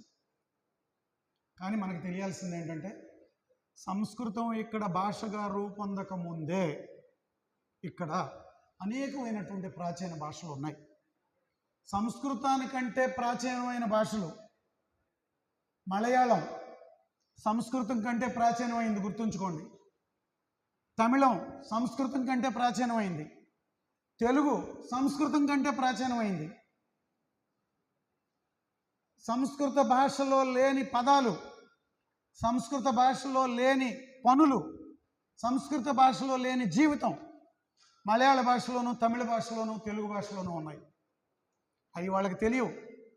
ఎంచేత ఇక్కడ జీవించే విధానం వేరు. మధ్యాసియా నుంచి ఉత్తర భారతదేశం వరకు ఎక్కడైతే వేదభూమి అని చెప్తారో, ఎక్కడైతే వేదాలు వ్యాప్తి చెందినయో అక్కడ ప్రాంతాల్లో మాట్లాడేటటువంటి భాషకి, అక్కడ జీవిత విధానానికి, ఇక్కడ జీవిత విధానానికి వ్యత్యాసం అనేది భాష ద్వారా మనం తెలుసుకోవచ్చు. అంతేకాదు, మీరు ఆశ్చర్యపోతారు తెలుసుకోవడానికి. సుమేరు నాగరికత అని ఒక నాగరికత ఉంది. Sumerian culture. మీరు ఎవరైనా సరే గూగుల్ చేసి చూసుకోండి, సుమేరియన్ కల్చర్. అది ఇప్పుడు ఇరాన్, ఇరాక్ అనే దేశాలు ఉన్నాయి కదా, తెలుసు కదా, ఇరాన్ ఇరాక్ దేశాలు ఉన్నాయి కదా. అక్కడ టైగ్రిస్, యూఫ్రటీస్ అని 2 నదులు ఉంటాయి మన కృష్ణా గోదావరి లాగా. ఆ నదుల మధ్య ప్రాంతంలో ఈ సుమేరియన్ నాగరికత అభివృద్ధి చెందింది. సుమేరు నాగరికత దాని తవ్వకాల్లో బయటపడ్డాయి. ఏం బయటపడ్డాయి? వాళ్ళ భాషలో కొన్ని ట్యాబ్లెట్స్ బయటపడ్డాయి. ట్యాబ్లెట్స్ అంటే ఏంటంటే కొన్ని ప్లేట్స్. అది ఎలా రాసుకున్నారు వాళ్ళు? ఆ రోజుల్లో బంకమట్టి మీద అక్షరాలు రాసి దాన్ని కాల్చారు. అవి ప్లేట్స్ లాగా, అంటే మన స్లేట్ ఉంటుంది కదా, మనం చిన్నప్పుడు పలక వాడతాం కదా, ఆ టైపులో మట్టి పలకాలు. తవ్వకాల్లో దొరికిన మట్టి పలకాలు ఎన్నో తెలుసా? 30,000కు పైగా మట్టి పలకాలు దొరికినాయి. అందులో రాయబడినటువంటి భాష సుమేరు భాష. సుమేరు భాషలో పురాణాలు ఉన్నాయి, సుమేరు భాషలో ఇతిహాసాలు ఉన్నాయి, జీవిత విధానాన్ని వర్ణించింది ఉంది సుమేరు భాషలో. ఆ భాష ఈ మట్టి పలకాలు తయారు చేసినటువంటి వయసు, అంటే వయసును నిర్ధారించడానికి శాస్త్రవేత్తలు ఒక టెస్ట్ చేస్తారు. ఏమంటారో తెలుసా దాన్ని? కార్బన్ డేటింగ్ అంటారు. Carbon dating. ఈ రాయి ఎంతకాలం క్రితాంది, ఈ డైనోసార్ ఎంతకాలం క్రితాంది, ఈ పుర్రె ఎంతకాలం క్రితాంది భూమిలో దొరికినట్లని, లేకపోతే ఈ మట్టి కుండ ఎంతకాలం క్రితాంది, ఈ కలప ఎంతకాలం క్రితాంది అని తేల్చడానికి కార్బన్ డేటింగ్ అని ఒక టెస్ట్ను ఉపయోగిస్తారు శాస్త్రవేత్తలు. కార్బన్ డేటింగ్ ప్రకారం సుమేరు ఫలకాలు, రాసి ఉన్న ఫలకాలు, వాటి వయసు 6,000 సంవత్సరాల నుంచి 8,000 సంవత్సరాల క్రితం.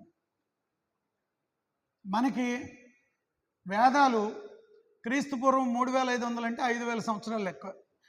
5,500 నుంచి 2,500 వరకు ఒకటి, 2,500 నుంచి 1,500 వరకు ఒకటి. అంటే 2 వైదిక దశలను 2-3 దశల కింద విభజించినప్పుడు, సో వేదకాలం కంటే ప్రాచీనమైనటువంటి కాలం సుమేరియన్ నాగరికత. నేను ఎందుకు మనల్ని సుమేరు నాగరికత గురించి ప్రస్తావిస్తున్నానంటే, తెలుగు ఆంధ్రప్రదేశ్లో సుమేరు నాగరికతకి సంబంధించిన ఆనవాళ్ళు మన దగ్గర ఉన్నాయి. మంది వ్యవసాయ నాగరికత. ఇప్పుడైతే డెవలప్, చాలా ఇతర ఉత్పత్తి సాధనాలు మారి మన జీవిత విధానం మారింది. కానీ మనకి ఇక్కడ మన సంస్కృతిలో భాగంగా వ్యవసాయ నాగరికత తీసుకోండి. మొన్న ఈ మధ్య ఏరువాక అని చేశారు కదా, తెలుసా ఏరువాక అంటే? వ్యవసాయ పనులు ప్రారంభించేటప్పుడు నాగలు దున్నుతారు. ప్రభుత్వం దాన్ని వ్యవసాయ శాఖకు పండగగా చేస్తుంది. అడ్వర్టైజ్మెంట్ కూడా ఇచ్చారు గవర్నమెంట్, ఏరువాక అని. ఏరువాక లేదు, మీకు అందరికీ ఇంకా సులువుగా అర్థం అవడానికి, ఆకాశం ఒక దేవుడు, భూమి ఒక దేవుడు అని పూర్వం నమ్మారు. భూదేవత, ఆకాశ దేవత, జలదేవత, ఆదిమానవుడిని నమ్మినటువంటి అవన్నీ కూడా. ఆకాశ దేవత, భూదేవత పేరు సుమేరు నాగరికతలో అంకి, అన్కి, ANKI, అన్కి. తెలుగు రాష్ట్రాల్లో అంకి అనే పేరు ఉందా లేదా?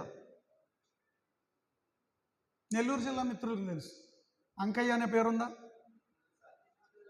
అంకినీయుడు, అంకమ్మారావు, అంకయ్య, అంకమ్మ, ఇట్లాంటి పేర్లు ఉన్నాయా లేవా? ఎక్కడ సుమేరు నాగరికత, ఎక్కడ నెల్లూరు? ఎందుకు, ఎట్లా వచ్చింది ఈ పేరు? ఎట్లా వచ్చింది? పోనీ వేదాల్లో ఉందా? పోనీ ఎక్కడైనా అంకి అనే పేరు వేదాల్లో ఉందా? వేద నాగరికతలో అంకి అనే పేరు ఉందా? భూదేవతకు కానీ, జలదేవతకు కానీ, ఆకాశ దేవతకు కానీ. తర్వాత ఇంకా విచిత్రమైన విషయం ఉంటుంది. భూదేవత, ఆకాశ దేవత తర్వాత జలదేవత ఉన్నాడు. జలదేవత పేరు ఎంకడు. ఎంకడు. సుమేర్ నాగరికతలో జలదేవత పేరు ఎంకడు.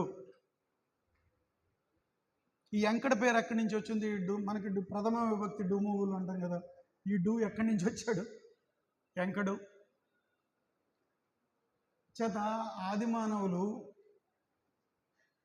వాళ్ళ జీవితం కోసం అక్కడి నుంచి ఇక్కడికి, ఇక్కడి నుంచి అక్కడికి, అటు ఇటు తిరిగేటప్పుడు ఈ నాగరికతల్లో ఆనాటి ప్రకృతితోటి వాడు పోరాటం చేస్తూ తన జీవితంలో నుంచి కొన్నిటిని అక్కడికి ఇక్కడికి మోసుకెళ్తాడు. శాస్త్ర విజ్ఞానం, ఉత్పత్తి పరికరాలు అన్ని చోట్లకి విస్తరిస్తాయి. ఆ విస్తరణలో భాగంగా అక్కడ ఆచారాలు ఇక్కడికి వస్తాయి, ఇక్కడ ఆచారాలు అక్కడికి వెళ్తాయి. సో నీ సుమేరు నాగరికతకి వైదిక నాగరికతకి ఏ విధమైన సంబంధం లేదు. అందువల్ల ఏదో ఒక భగవంతుడు ఒక భాషను సృష్టించి ఇక్కడ ఇస్తే ఆ భాష మిగిలిన భాషలన్నిటికీ జన్మించింది అనే సిద్ధాంతమే తప్పుడు సిద్ధాంతం. భాష అనేది జీవితంలో నుంచి వస్తుంది, భగవంతుడు సృష్టిస్తే రాదు. నువ్వు మంచుతో జీవించే రోజుల్లో మంచుకు సంబంధించిన మాటలే వస్తాయి. ఎడారుల్లో నివసించేటప్పుడు ఎడారులకు సంబంధించిన భాషే వస్తుంది. నువ్వు గొర్రెలు పెంచుకునేవాడైతే గొర్రెల భాషే వస్తుంది, గుర్రాలను పెంచుకునేటట్టయితే గుర్రాల భాష వస్తుంది నీకు. ఆవులు గేదెలు పెంచుకునేవాడు అయితే ఆ భాష వస్తుంది. వరి పండించేవాడికి దాని చుట్టూ ఉంటుంది. మన పిల్లలకి పెళ్లి చేసినప్పుడు అత్తారింటికి పంపించేటప్పుడు ఒడి బియ్యం అని పంపిస్తారు, తెలుసా? ఇప్పుడు అవన్నీ పోయినట్టున్నాయి. మనకు అన్ని సంగీతులు, మెహందీలు వచ్చి కూర్చున్నాయి. పెళ్ళి అయినప్పుడు తప్పనిసరిగా పెళ్లి కూతురు అత్తవారింటికి వెళ్ళేటప్పుడు వడి బియ్యం అని పంపిస్తారు. అమ్మాయికి బియ్యం కట్టి అత్తవారింటికి పంపిస్తారు. మన జనరేషన్కి తెలియదు, ఇంకా కొద్దిమంది చేస్తున్నారు. ఆదిమ తెగలు విత్తనాన్ని ఒక చోట నుంచి ఒక చోటకి పంపించడానికి ఈ అమ్మాయి కొత్త తెగలోకి వెళ్ళేటప్పుడు ఈ అమ్మాయి ఇక్కడ ఇది తినడానికి అలవాటు పడింది, అక్కడ ఉంటుందో ఉండదో తెలియదు. అందుకని ఈ అమ్మాయితో పాటు కొన్ని విత్తనాలు, నవధాన్యాలు అని అంటారు కదా, నవధాన్యాలు. మనకి వరి అలవాటు అయిపోయింది కాబట్టి మనం బియ్యాన్నే పంపిస్తున్నాం. కానీ బార్లీ ఉన్న చోట బార్లీ పంపించారు, ఎవలు ఉన్న చోట ఎవలు పంపారు, గోధుమలు ఉన్న చోట గోధుమలు పంపారు. చాలా చోట్ల గుర్రాలు ఉంటాయి, గుర్రానికి ఉలవలు కావాలి కదా, ఉలవలు కావాలి కదా. అందుకని నవధాన్యాలు, మినుములు, పెసలు, ఉలవలు, నువ్వులు ఇట్లాంటివన్నీ ఈ అమ్మాయి వివాహం అయ్యి అత్తవారింటికి వెళ్ళేటప్పుడు కొన్ని విత్తనాలు అమ్మాయితో పాటు పంపిస్తే ఆ అమ్మాయి అక్కడ వేసుకుని వాటిని పండించుకుంటే తన కల్చర్ అంటే ఏముంది? ఇదే.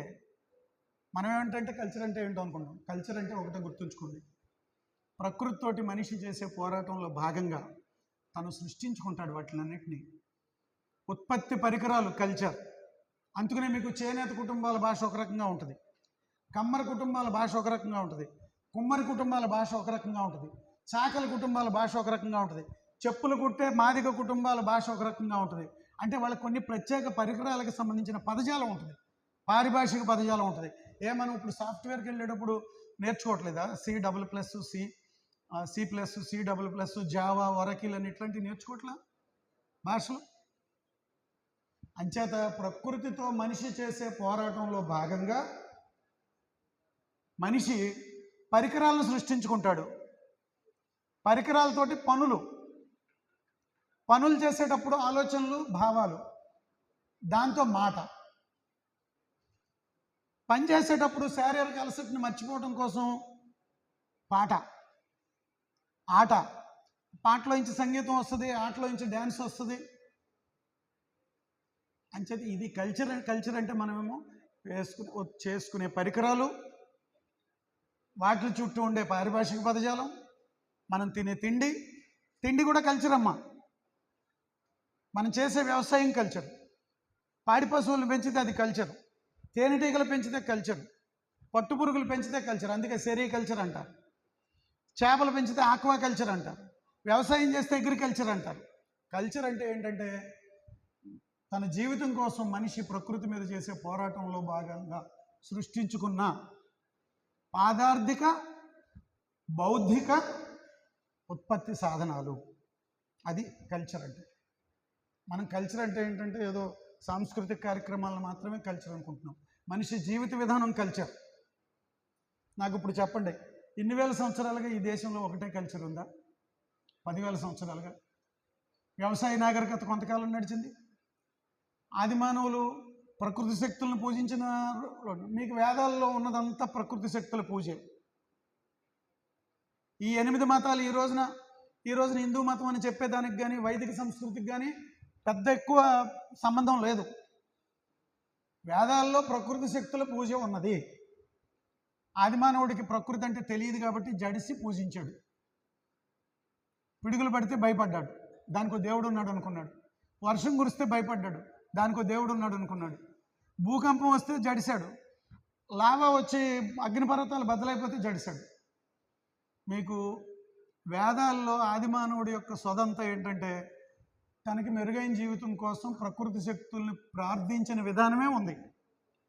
ప్రార్థించడంతో పాటు వాటిని ప్లీజ్ చేయడానికి, ప్రకృతి శక్తులను ప్లీజ్ చేయడానికి కొన్ని రకాల ఆఫరింగ్స్, కొన్ని రకాల ప్రార్థనలు, కొన్ని రకాలుగా ఏదో పెట్టడం, తను తినేది వాటికి పెట్టడం, ప్రకృతి శక్తులు తింటాయి అనుకోవటం, ప్రకృతి శక్తి కూడా నాలాంటిదే అనుకోవటం.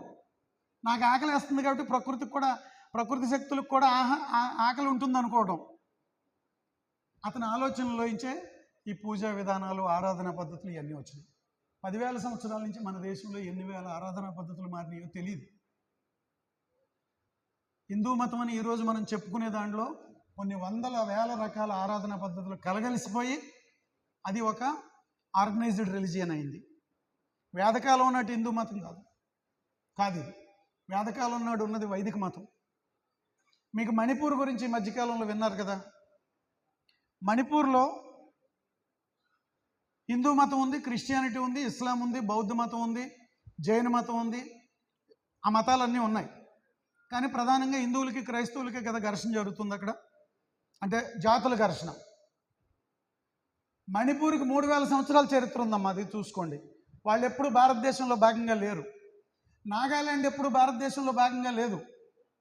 నాగాలు ప్రపంచంలో 2-3 కోట్ల మంది ఉన్నారు. 2-3 కోట్ల మంది 5-6 దేశాల్లో ఉన్నారు. వాళ్ళంతా మేము ఒకటే జాతి అనుకుంటారు, మాది ఒకటే సంస్కృతి అనుకుంటారు. కానీ వాళ్ళ దేశాల్లో వాళ్ళు భౌగోళికంగా విడిపోయి ఉన్నారు. అందుకనే నాగాలాండ్కి భారత రాజ్యాంగంలో ప్రత్యేక ప్రతిపత్తి ఇచ్చారు. గుర్తుంచుకోండి. అందరూ ఏమనుకుంటారంటే జమ్మూ కాశ్మీర్కి ఒక్కదానికే ఇచ్చారనుకుంటున్నారేమో. 371 ప్రకారం నాగాలాండ్కి ప్రత్యేక ప్రతిపత్తి ఇచ్చారు. అక్కడికి వాళ్ళకి ప్రత్యేక జెండా ఉంటుంది, ప్రత్యేక తీర్మానాలు ఉంటాయి, ప్రత్యేక శాసనాలు ఉంటాయి. భారత రాజ్యాంగం పార్లమెంట్లో చేసిన ప్రతి చట్టం నాగాలాండ్లో అన్ని చోట్ల అమలు కాదు. కొన్ని జిల్లాలకు స్వతంత్ర రాజ్యాంగాలు ఉన్నాయి నాగాలాండ్లో. వేల సంవత్సరాలుగా వాళ్ళు డిఫరెంట్గా ఉన్నారు. వాళ్ళ భాషలు వేరు. అవి ఇండో చైనీస్ భాషల కంటే ముందు భాషలు అవన్నీ కూడా. సినో టిబెటన్ లాంగ్వేజెస్ అని ఒక గ్రూప్ ఉంటుంది. ఆ గ్రూప్ కంటే ప్రాచీనమైనటువంటి భాష మొయితీ భాష. వాళ్ళే కదా అక్కడ ఉన్నది, మొయితీలే కదా. కానీ మీకు అందరికీ తెలియాల్సింది ఏంటంటే అక్కడ క్రిస్టియన్లు అవనివ్వండి, హిందువులు అవనివ్వండి, ముస్లింలు అవనివ్వండి, అందరూ కలిపి పాటించేది ఒకటి ఉంది. ఆ దేవుడు, ఒక దేవుడు ఉన్నాడు వాళ్ళకి. సనామహి అని ఒక దేవుడు ఉన్నాడు వాళ్ళకి. విన్నారు ఈ పేరు ఎప్పుడైనా? మనం ఏంటంటే క్రిస్టియన్స్ అంటే జీసస్, హిందువులు అంటే ఏదో అది వైష్ణవ మతం, అది మణిపూర్లో ఉన్నది. విష్ణువుని కృష్ణుడిని పూజిస్తారు. కానీ సనామహి అనే ఒక దేవుడు ఉన్నాడు వాళ్ళకి. కొన్ని వేల సంవత్సరాల నుంచి వాళ్ళు సనామహిని పూజిస్తారు. క్రైస్తవులు బొమ్మల్ని విగ్రహారాధకులు కాదు వాళ్ళు. ఇస్లాం కూడా విగ్రహారాధకులు కాదు. కానీ సనామహి అనే ఒక బొమ్మని క్రైస్తవులు ఇంట్లో పెట్టుకుంటారు, ముస్లింలు ఇంట్లో పెట్టుకుంటారు, హిందువులు పెట్టుకుంటారు. మీరు ఏ పూజలు చేసుకోండి, ఏ ఆరాధనలు చేసుకోండి, ఏ ప్రార్థనలు చేసుకోండి, సనామహిని పూజించడం అనేది వేల సంవత్సరాలుగా మణిపూర్లో ఒక బలమైనటువంటి విశ్వాసం. ఎందుకో చెప్పమంటారా? మణిపూర్లో మనిషి ఆత్మ నా దగ్గరే ఉంటుందని అనుకుంటారు వాళ్ళు. ఈ ఆత్మలకు దేవుడు సనామహి. జంతువు పెంచుకున్న జంతువు చనిపోయింది అనుకోండి, ఆ ప్రేమతో ఆ జంతువు ఆత్మ ఇక్కడే ఉందనుకుంటారు వాళ్ళు, స్పిరిట్. నాయనమ్మ చచ్చిపోయింది, ఆవిడ ఆత్మ ఇక్కడే ఉంటుంది. అమ్మమ్మ చచ్చిపోయింది, ఆవిడ ఆత్మ ఇక్కడే ఉంటుంది. తండ్రి చనిపోయాడు, ఆయన ఆత్మ ఇక్కడే ఉంటుంది. తల్లి చనిపోయిందా అని నమ్ముతారు వాళ్ళు. ఇది సనామహి మతంలో ఉన్న కీలకమైన స్పిరిట్స్ని పూజించటం. వాళ్ళు ఒక పంట వేసుకున్నారు, నాశనం అయిపోయింది, దానికి కూడా స్పిరిట్ ఇక్కడే ఉందనుకుంటారు. పంటల్లో, జంతువుల్లో, మనుషుల్లో, మొక్కల్లో, చెట్టుల్లో, కొండల్లో స్పిరిట్స్ ఉంటాయి. ఆ స్పిరిట్సే మమ్మల్ని కాపాడుతున్నాయి, నేను చచ్చిపోయినా మళ్ళీ ఆ స్పిరిట్లోకి వెళ్తాను అనే నమ్మే మతం సనామహి. సనామహి మతాన్ని ధ్వంసం చేసి హిందూ మతం 16వ శతాబ్దంలో అక్కడికి వెళ్ళింది. చైతన్య ప్రభు అనే ఆయన బెంగాల్ నుంచి కృష్ణ మతాన్ని, అంటే ఈ వైష్ణవ మతాన్ని మణిపూర్కి ప్రచారం ద్వారా తీసుకెళ్ళారు. అంతకుముందు మణిపూర్లో హిందూ మతం లేదు. మణిపూర్ హిందూ మతం వయసు 200 సంవత్సరాలే, కానీ సనామహి మతం వయసు 3000 సంవత్సరాలు. మణిపూర్లో ఎందుకు అంత గొడవలు జరుగుతున్నాయి? ఏంటి కేవలం క్రైస్తవ ఇదేనా? కాదు, వాళ్ళకి చిరకాలంగా చాలా సమస్యలు ఉన్నాయి అక్కడ, సంస్కృతిపరమైనవి. ఇందువల్ల ఇంత లోతుగా మనం చరిత్రని, సంస్కృతిని అర్థం చేసుకుంటే తప్ప మణిపూర్ని ఎందుకు మన దేశంలో ఇవాళ ప్రధానమంత్రి ఎందుకు వెళ్ళలేకపోయాడు ఇంతవరకు? వాళ్ళు హిందూ మతానికి క్రైస్తవ మతానికి తగాదాలు పెట్టారు కాబట్టి, దానికి పరిష్కారం వాళ్ళ దగ్గర లేదు కాబట్టి దాన్ని అంగీకరించలేక అక్కడికి వెళ్ళలేకపోతున్నాడు ప్రధానమంత్రి. అందువల్ల మీరు గుర్తుంచుకోవాల్సింది, మన ఆరాధనా పద్ధతులు ఈ దేశంలో ఇప్పుడు ఈ రోజున కొన్ని 150 కోట్ల 145 కోట్ల జనాభాలో ఓ 80 కోట్ల మందో 90 కోట్ల మందో హిందువులు ఉంటే, ముస్లింలోకి 20 కోట్ల మంది 25 కోట్ల మంది ఉన్నారు, క్రైస్తవులు ఉన్నారు, బౌద్ధులు ఉన్నారు, జైన్లు ఉన్నారు, పెద్ద కమ్యూనిటీస్ ఉన్నాయి. సిక్కు మతం ఉంది, యూదు మతం ఉంది, పార్సీ మతం ఉంది. పార్సీ మతం గురించి విన్నారో లేదో, వాళ్ళు మనుషులు చచ్చిపోతే తగలబెట్టరు, పోడ్చరు. డెడ్ బాడీని తీసుకెళ్ళి ఒక కొండ ఉంటుంది, కొండ మీద పెట్టేస్తే పక్షులు వచ్చి పొడుచుకుని తినేస్తాయి. ఆ డెడ్ బాడీని అలా వదిలేస్తారు. రాహుల్ గాంధీ ఫాదరు, రాజీవ్ గాంధీ ఫాదరు, రాహుల్ గాంధీ తాతగారు, ఆయన పేరు ఫిరోజ్ గాంధీ. ఆయన పార్సీ మతస్థుడు. మన దేశంలో చాలామంది పార్సీ మతస్థులు ఉన్నారు. వాళ్ళ ఆచార వ్యవహారాలు వేరు. అంచేత మన దేశంలో ఈ మతాలు వేల సంవత్సరాల జీవిత విధానంలో నుంచి ఆవిర్భవించినటువంటి మతాలు రకరకాల జీవన విధానాలని, వాటిలో నుంచి వచ్చిన కల్చర్స్ని చేసుకుంటూ కలగలుపుకుంటూ వస్తే హిందూ మతం అనే ఆర్గనైజ్డ్ రిలీజియన్ ఏర్పడింది. కానీ మనం తెలుసుకోవాల్సింది, ఈ దేశంలో ఇప్పటికీ పేరు తెలియని మతాలను అనుసరించేవాళ్ళు ఈ 150 కోట్లలో 10 కోట్ల మంది ఉన్నారు. 10 కోట్ల మంది ఉన్నారు. వాళ్ళ మతంలో వాళ్ళ దేవుడి పేరేంటో మనకు తెలియదు, వాళ్ళ ఆచార వ్యవహారాలు మనకు తెలియదు. మీరు తెలుగు రాష్ట్రాల్లోనే తెలంగాణలోకి వెళ్తే మంచిర్యాల, ఆదిలాబాద్ జిల్లాల్లోకి వెళ్తే గోండులు ఉన్నారు. వాళ్ళు కూడా ఈ రోజుకి కూడా స్పిరిట్స్ని, ప్రకృతి శక్తుల్ని పూజిస్తారు. వాళ్ళ దేవుడికి రాముడు, కృష్ణుడు ఇలాంటి హిందూ మతంలో ఉండే దేవుళ్ళ పేర్లు లేవు వాళ్ళకి. తెలంగాణలో కురుమలు ఉన్నారు. కురుమల దేవుళ్ళు, యాదవుడు అనేది సాంస్క్రిటైజ్ అయిన తర్వాత హిందూ మతం తీసుకొచ్చి కృష్ణుడిని తీసుకొచ్చారు తప్ప వాళ్ళ దేవుడు ఏం కృష్ణుడు కాదు. యాదవులందరికీ కృష్ణుడు దేవుడు కాదు, వాళ్ళ దేవుడు వేరు. బేరప్పని ఉన్నాడు ఒక ఆయన. ఈ దేశంలో రకరకాల ఆరాధనా పద్ధతులు వాళ్ళ జీవిత విధానాల్లోంచి కొన్ని వేల సంవత్సరాల్లో డెవలప్ అయ్యాయి. అలాగే తెలుగు సంస్కృతిలో గ్రామదేవతలు ఉన్నారు. తెలుసుగా, గ్రామదేవతలు ప్రతి గ్రామంలోనూ ఉన్నారు కదా. అంచేత ఇది మోసపోసినటువంటి సంస్కృతి కాదు. ఒకే మతం లేదు, ఒకే ఆరాధనా పద్ధతి లేదు, ఒకే గ్రంథం లేదు. వేల ఆరాధనా పద్ధతులు, వేల ఆచారాలు కూడా ఎక్కడి నుంచి వస్తాయి? పుట్టిన దగ్గర నుంచి చచ్చిపోయే వరకు మనుషులు కొంతమంది పాటిస్తారు, కొన్ని పాటిస్తారు. ఆ పాటించేవి ఆచారాల కింద స్థిరపడతాయి. ఆనాటి కాలం నాటికి ఆచారాలు వాళ్ళు పెట్టుకున్నవి అప్పటికి పనికొచ్చేవి అయ్యి ఉంటే తర్వాత కాలం నాటికి అవి పనికొచ్చేవి కానక్కర్లా.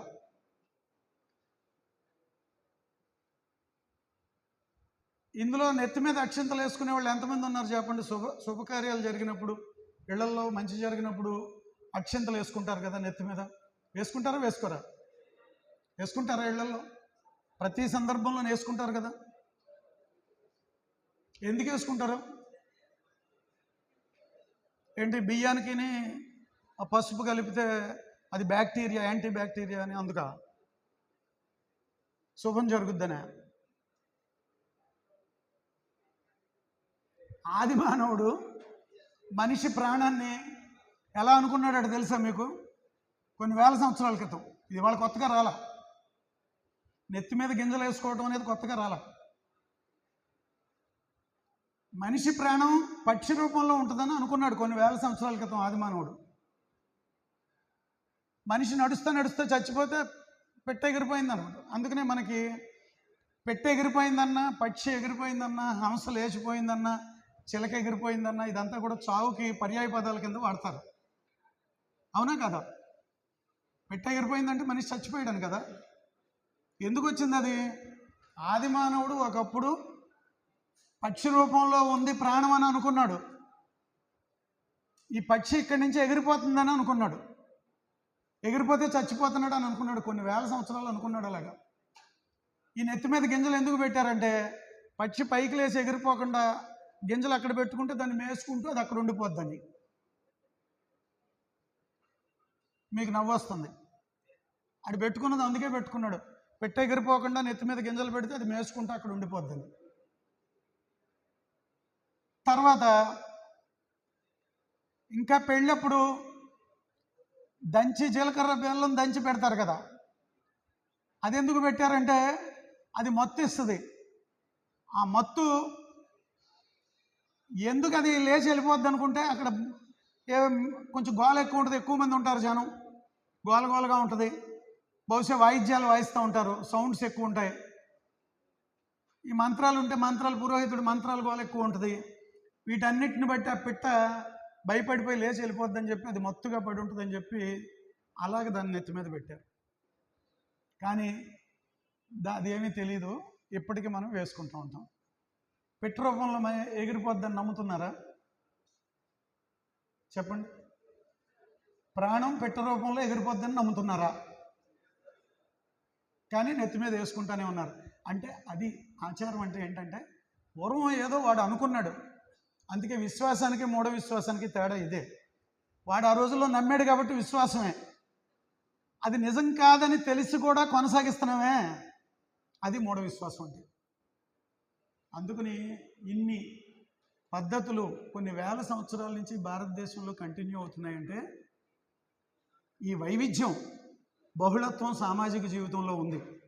మతపరమైన వైవిధ్యం ఉంది, బహుళత్వం ఉంది, ఆచార సాంప్రదాయాలు ఉన్నాయి, ఉత్పత్తి సాధనాలను బట్టి సంస్కృతి వచ్చింది, సంస్కృతి వైవిధ్యం ఉంది.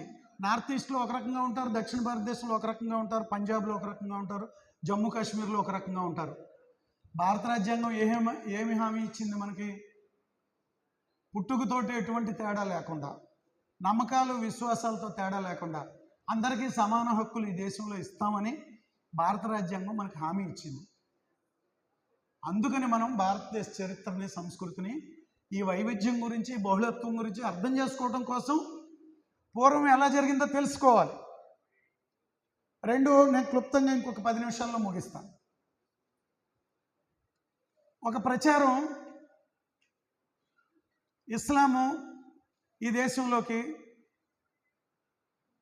రాజ్య విస్తరణలో భాగంగా వచ్చింది. వాళ్ళు బయట నుంచి వచ్చి యుద్ధాలు చేసి హిందూ రాజులను ఓడించి వాళ్ళు ఇక్కడ రాజ్యాన్ని స్థాపించారు కాబట్టి వాళ్ళు ఇక్కడ వాళ్ళు కాదు, పరాయి వాళ్ళు అనే భావం విన్నారు కదా మీరు. ఆర్ఎస్ఎస్ వాళ్ళు చెప్తారు కదా, అది పరాయి వాళ్ళు, ఇతరులు అనే భావన ఆర్ఎస్ఎస్ వాళ్ళు ఈ 70-80 ఏళ్ళుగా తీసుకొచ్చి పెట్టారు. అది అంతకుముందు ఇతరులు అనే భావన లేదు. బయట నుంచి దండయాత్రకు వచ్చి వెళ్ళిపోయిన వాళ్ళు ఉన్నారు, ఇక్కడికి వచ్చి స్థిర నివాసం ఏర్పాటు చేసుకుని ఇక్కడే కలిసిపోయి ఈ దేశంలోనే బతకడం నేర్చుకున్న వాళ్ళు, ఇక్కడే బతికిన వాళ్ళు, ఇక్కడే సంసారం చేసిన వాళ్ళు, ఇక్కడే పిల్లల్ని కన్నవాళ్ళు, ఇక్కడ ఉండిపోయిన వాళ్ళు అంతా వాళ్ళే. ఎవరో ఆలయాలను ధ్వంసం చేసి సంపదను దోచుకుపోయిన వాళ్ళు కొంతమంది ఉంటే ఉండొచ్చు కాక, అంచేత ఇస్లాం అనే మతం దండయాత్రల ద్వారా ఈ దేశంలోకి వచ్చింది.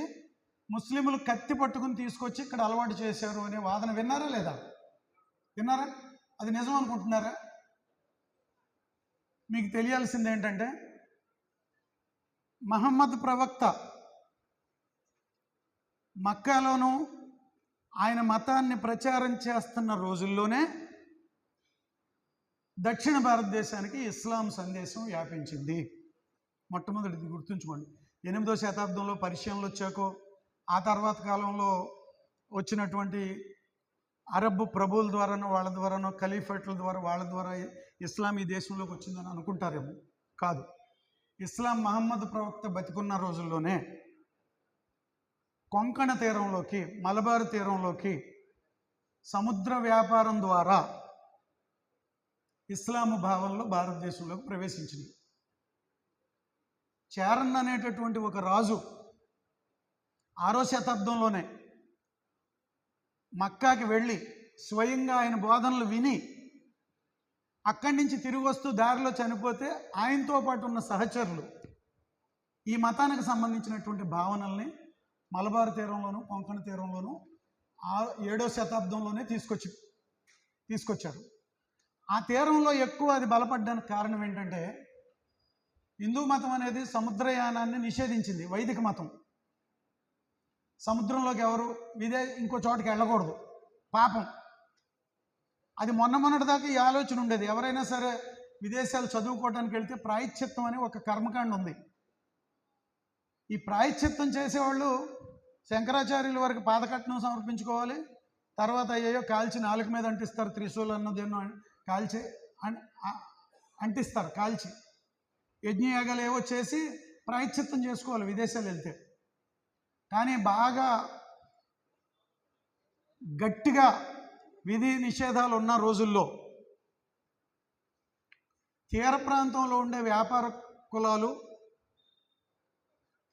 చేపల వేటను వృత్తిగా కలిగిన వాళ్ళు, సముద్రంలో ప్రయాణిస్తే తప్ప వాళ్ళ జీవితం నడవనటువంటి వాళ్ళు హిందూ మతాన్ని వదిలేసి, ఆ మతంలో సముద్రయానం నిషేధం లేదు.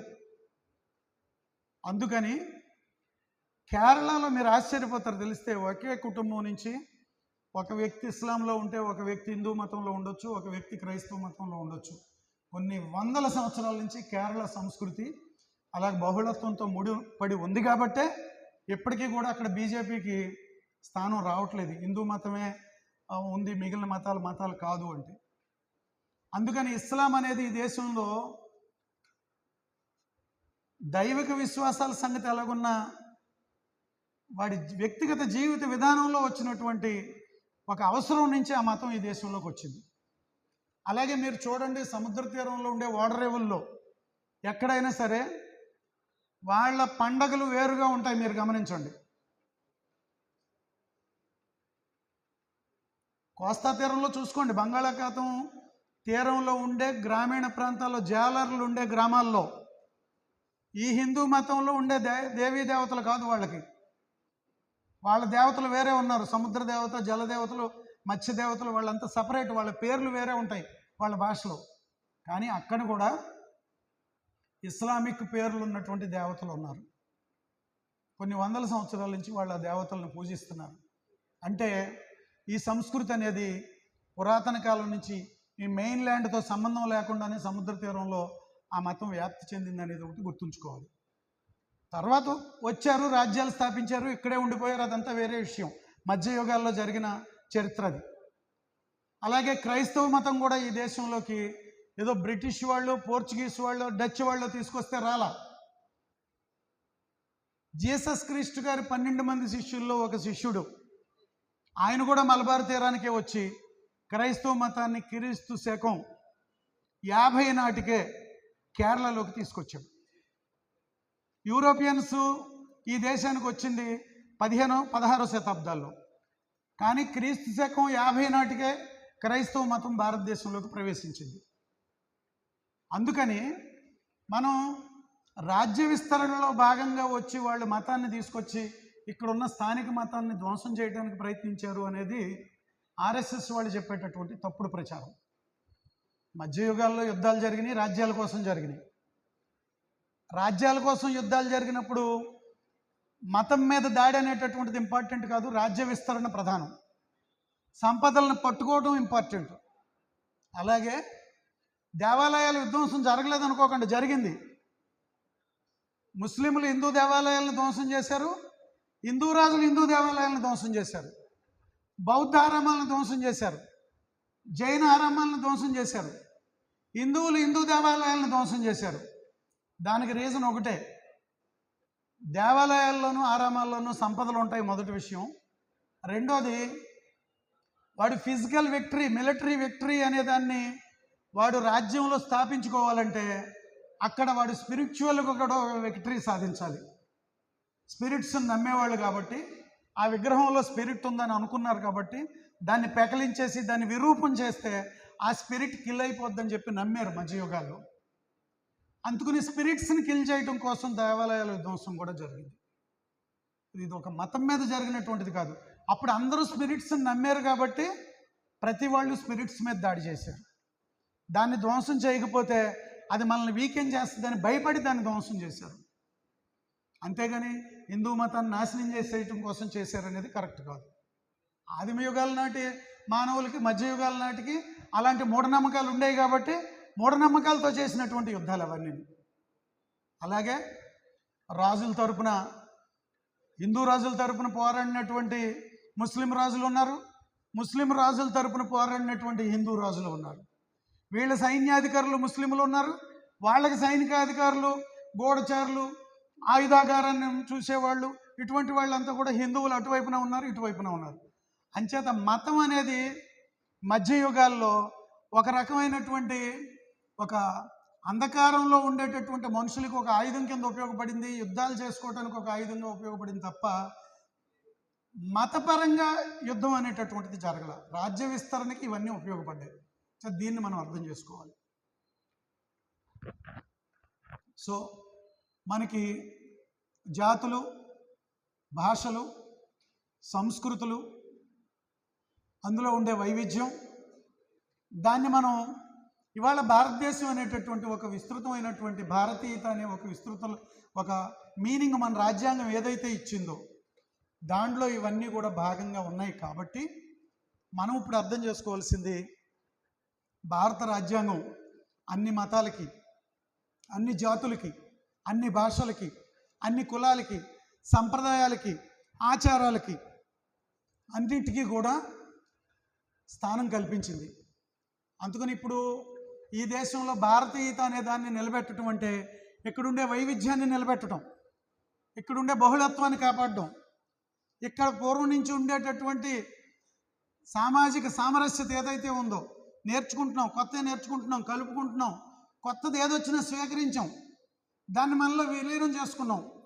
అంచేత ఈ దేశంలో బలం ఏదన్నా ఉందంటే రాచరిక బలం లేదు, మతపరమైనటువంటి బలం లేదు.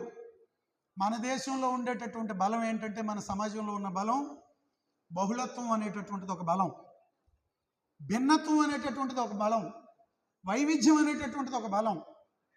దాని ఆధారంగానే భారత రాజ్యాంగం ఏర్పడింది, దాని ఆధారంగానే భారతదేశం ఏర్పడింది. దాన్ని ముందుకు తీసుకెళ్ళటం అనేది యువతరంగా మన బాధ్యత. మనం ఈ వైవిధ్యం ఉంటేనే మనం ఫ్యూచర్లో మనం కోరుకున్నది జరుగుతుంది. ఈ బహుళత్వం ఉంటేనే ఈ భారతదేశానికి భవితవ్యం ఉంటుంది. లేదు, నీ మూలం ఏంటి, నువ్వు ఎవరికి పుట్టావు, ఎక్కడి నుంచి వచ్చావు, నీ రంగు ఏంటి, నీ భాష ఏంటి, నువ్వు ఇందులో ఉంటేనే, ఈ మూసలో ఉంటేనే నువ్వు.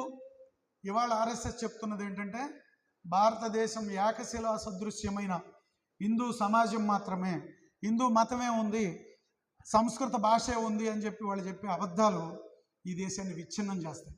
వాళ్ళు ఏమంటున్నారంటే, మేము ఏకత్వం తీసుకొస్తామంటున్నారు. వాళ్ళు చెప్పే దానివల్ల ఈ దేశంలో ఏకత్వం వస్తుందని నమ్ముతున్నారా మీరు? హిందూ మతం ఒకటే ఉందని వాళ్ళు చెప్పేటట్టయితే ఈ దేశంలో అట్లాంటిది లేదు. వేల సంవత్సరాల నుంచి వైవిధ్యం ఉంది. మీరు వైవిధ్యానికి వ్యతిరేకంగా మాట్లాడేటట్టయితే ప్రతి చోట మణిపూర్ పుట్టుకొస్తుంది. బహుళత్వాన్ని అకామిడేట్ చేసుకోకపోతే ప్రతి రాష్ట్రం నాగాలాండ్ అవుతుంది, జమ్మూ కాశ్మీర్ అవుతుంది.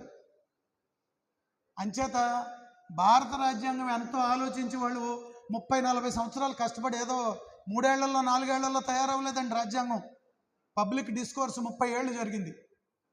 ఆ 30 ఏళ్ల పబ్లిక్ డిస్కోర్స్లోంచి భిన్నత్వంలో ఏకత్వం అనే అంశాన్ని జాతీయ నాయకత్వం మనకి తీసుకొచ్చి పెట్టింది. దాన్ని మనం కాపాడుకుంటేనే భారతదేశం భవిష్యత్తు ఉంటుంది. మనం సుఖశాంతులతో ఉండగలం, సామరస్యంతో ఉండగలం. భారతదేశం అభివృద్ధి చెంది 5 ట్రిలియన్ల ఆర్థిక వ్యవస్థ అవ్వాలంటే మనలో సమైక్యత ఉండాలి, సామరస్యం ఉండాలి. 25 కోట్ల మంది ముస్లింలు ఈ దేశంలో సంస్కృతిలో భాగం, బౌద్ధ మతం ఈ దేశంలో భాగం, జైన మతం ఈ దేశంలో భాగం, సనామహి మతం ఈ దేశంలో భాగం. దాన్ని కాదు అనుకున్నప్పుడు ఈ రాష్ట్రాల మధ్య, ప్రజల మధ్య ఘర్షణలు పెరుగుతాయి. మనం బలోపేతం చేయాలనుకున్న భారతదేశం విచ్ఛిన్నం అయిపోయే ప్రమాదం ఉంది. అంచేత ఈ దేశంలో విచ్ఛిన్నకులు ఎవరంటే హిందూ మతం మాత్రమే ఈ దేశంలో ఉందని చెప్పి ఆర్ఎస్ఎస్ వాళ్ళు విచ్ఛిన్నకులు. సంస్కృత భాష ఒక్కటే ఉంది, పూర్వం దైవ భాష అని చెప్పేవాళ్ళు విచ్ఛిన్నకులు. హిందూ మత సాంప్రదాయాలు అని చెప్పేవాళ్ళు విచ్ఛిన్నకులు. ఈ మతం ప్రకారం ఈ దేశంలో రాజ్యం నడవాలని చెప్పేవాళ్ళు విచ్ఛిన్నకులు. రాజ్యాంగం ప్రకారం నడుస్తుంది, మతం ప్రకారం కాదు. దీన్ని మనం అర్థం చేసుకుంటే మనకి మంచి భవిష్యత్తు ఉంటుంది. మనం అందరం ఏం కోరుకుంటాం? మంచి జీవితమే కదా కోరుకునేది, సుఖ సంతోషాలతో ఉండాలనే కదా. మాట్లాడే స్వేచ్ఛ ఉండాలి, రోడ్డు మీద తిరిగే స్వేచ్ఛ ఉండాలి, స్వేచ్ఛగా మణిపూర్ వెళ్ళాలి, స్వేచ్ఛగా జమ్మూ కాశ్మీర్ వెళ్ళాలి. మీరు విన్నారో లేదా, అస్సాంలో నిన్న శివసాగర్ అనే చోట మన తెలుగు ఉపాధ్యాయుడు ఒక ఆయన, అంటే తెలుగు బోధించాడు, కెమిస్ట్రీ బోధిస్తాడు, బెజవాడ రాజేష్ బాబు ఆయన పేరు. ఆయన క్లాస్ రూమ్లో పాఠం చెప్తూ ఉంటే ఒక కుర్రాడు, 16 ఏళ్ళ కుర్రాడు వచ్చేసేసి కత్తితో పొడిచి చంపేశాడు క్లాస్ రూమ్లో, అంతమంది ఎదురుగుండా. ఏంటంటే నీకు మార్కులు బాగా రాలేదని తిట్టాడట ఆయన. ఇంటికి వెళ్ళిపోయాడు. తల్లిదండ్రులు తీసుకురామని పంపించేస్తే ఇంటికి వెళ్ళి యూనిఫామ్ లేకుండా మామూలు డ్రెస్ తోటి వచ్చాడు. మధ్యాహ్నం నిన్ను వెళ్ళిపోమన్నాను, మీ ఫాదర్ని తీసుకురమ్మన్నాను, నువ్వు అక్కడవే వచ్చావేంటి, యూనిఫామ్ ఎందుకు వేసుకురాలేదని అడిగాడు మహానుభావుడు, ఆ బెజవాడ రాజేష్ బాబు అని ఆయన. అడిగితే వాడు సైలెంట్గా లేచి వచ్చి కత్తి తీసి చెక్క పొడిచి చంపేశాడు. ఎన్ని ఇష్యూస్ ఉంటాయో చూడండి. ఒక మనిషి మర్డర్ కాదు దీని వెనకాల. ఆ కుర్రాడు స్ట్రగుల్ ఏంటో మనకు తెలియదు. వాడి ఆలోచన ఏంటో, 16 ఏళ్ళ కుర్రాడు హంతకుడు ఎందుకు అయిపోయాడు? ఈ విద్యా విధానం ఎందుకు అతన్ని హంతకుడిగా మార్చింది? లేదా ఎవరో బతుకు తెరువు కోసం, శివసాగర్ అంటే అస్సాం రాష్ట్రం పూర్వపు రాజధాని, అది అస్సాం కింగ్డమ్కి. ఎక్కడో ఒంగోలు ఆయన వెళ్ళి అస్సాంలో ఉద్యోగం చేసుకోవటం ఏంటి, అక్కడ ఒక ట్రైబల్ కుర్రాడు వచ్చి పొడి చంపేయటం ఏంటి? ఎంత లోతైన విషయాలు ఉన్నాయి ఇందులో, మీరు కొంచెం ఆలోచించండి. అందుకని ఆల్ ఇండియా స్టూడెంట్స్ ఫెడరేషన్ మేము చేరిన రోజుల్లో భారతదేశ స్వేచ్ఛ, సమానత్వం, సైంటిఫిక్ ఎడ్యుకేషన్ అనే అంశాల మీద ఇది ఏర్పడింది. ఈ రోజుకి దేశంలో ఒక ప్రధానమైన విద్యార్థి ఉద్యమంగా ముందుకెళ్తూ ఉంది. మీరు ఇంత విస్తృతమైనటువంటి ఆలోచనతో ఉంటే తప్ప సమాజాన్ని ఏకం చేసే పని మీరు చేయలేరు. మీరు ఏదో కేవలం స్ట్రైకులు, ధర్నాలు చేసేస్తే అయిపోద్ది అనుకుంటున్నారేమో, అవదు. సమాజాన్ని నిర్మించడం అంటే ఇన్ని ఆలోచనలు కూడా తీసుకెళ్ళాలి, ఇంత వైవిధ్యాన్ని మీరు నేర్చుకోవాలి, ఇంత బహుళత్వాన్ని అర్థం చేసుకోవాలి. అప్పుడే మీరు భారతదేశానికి భవిష్యత్తు అవుతారు. సో నాకు ఇచ్చిన సమయం పూర్తయింది. మీ ఓపికగా విన్నందుకు మీ అందరికీ ధన్యవాదాలు. Thank you very much.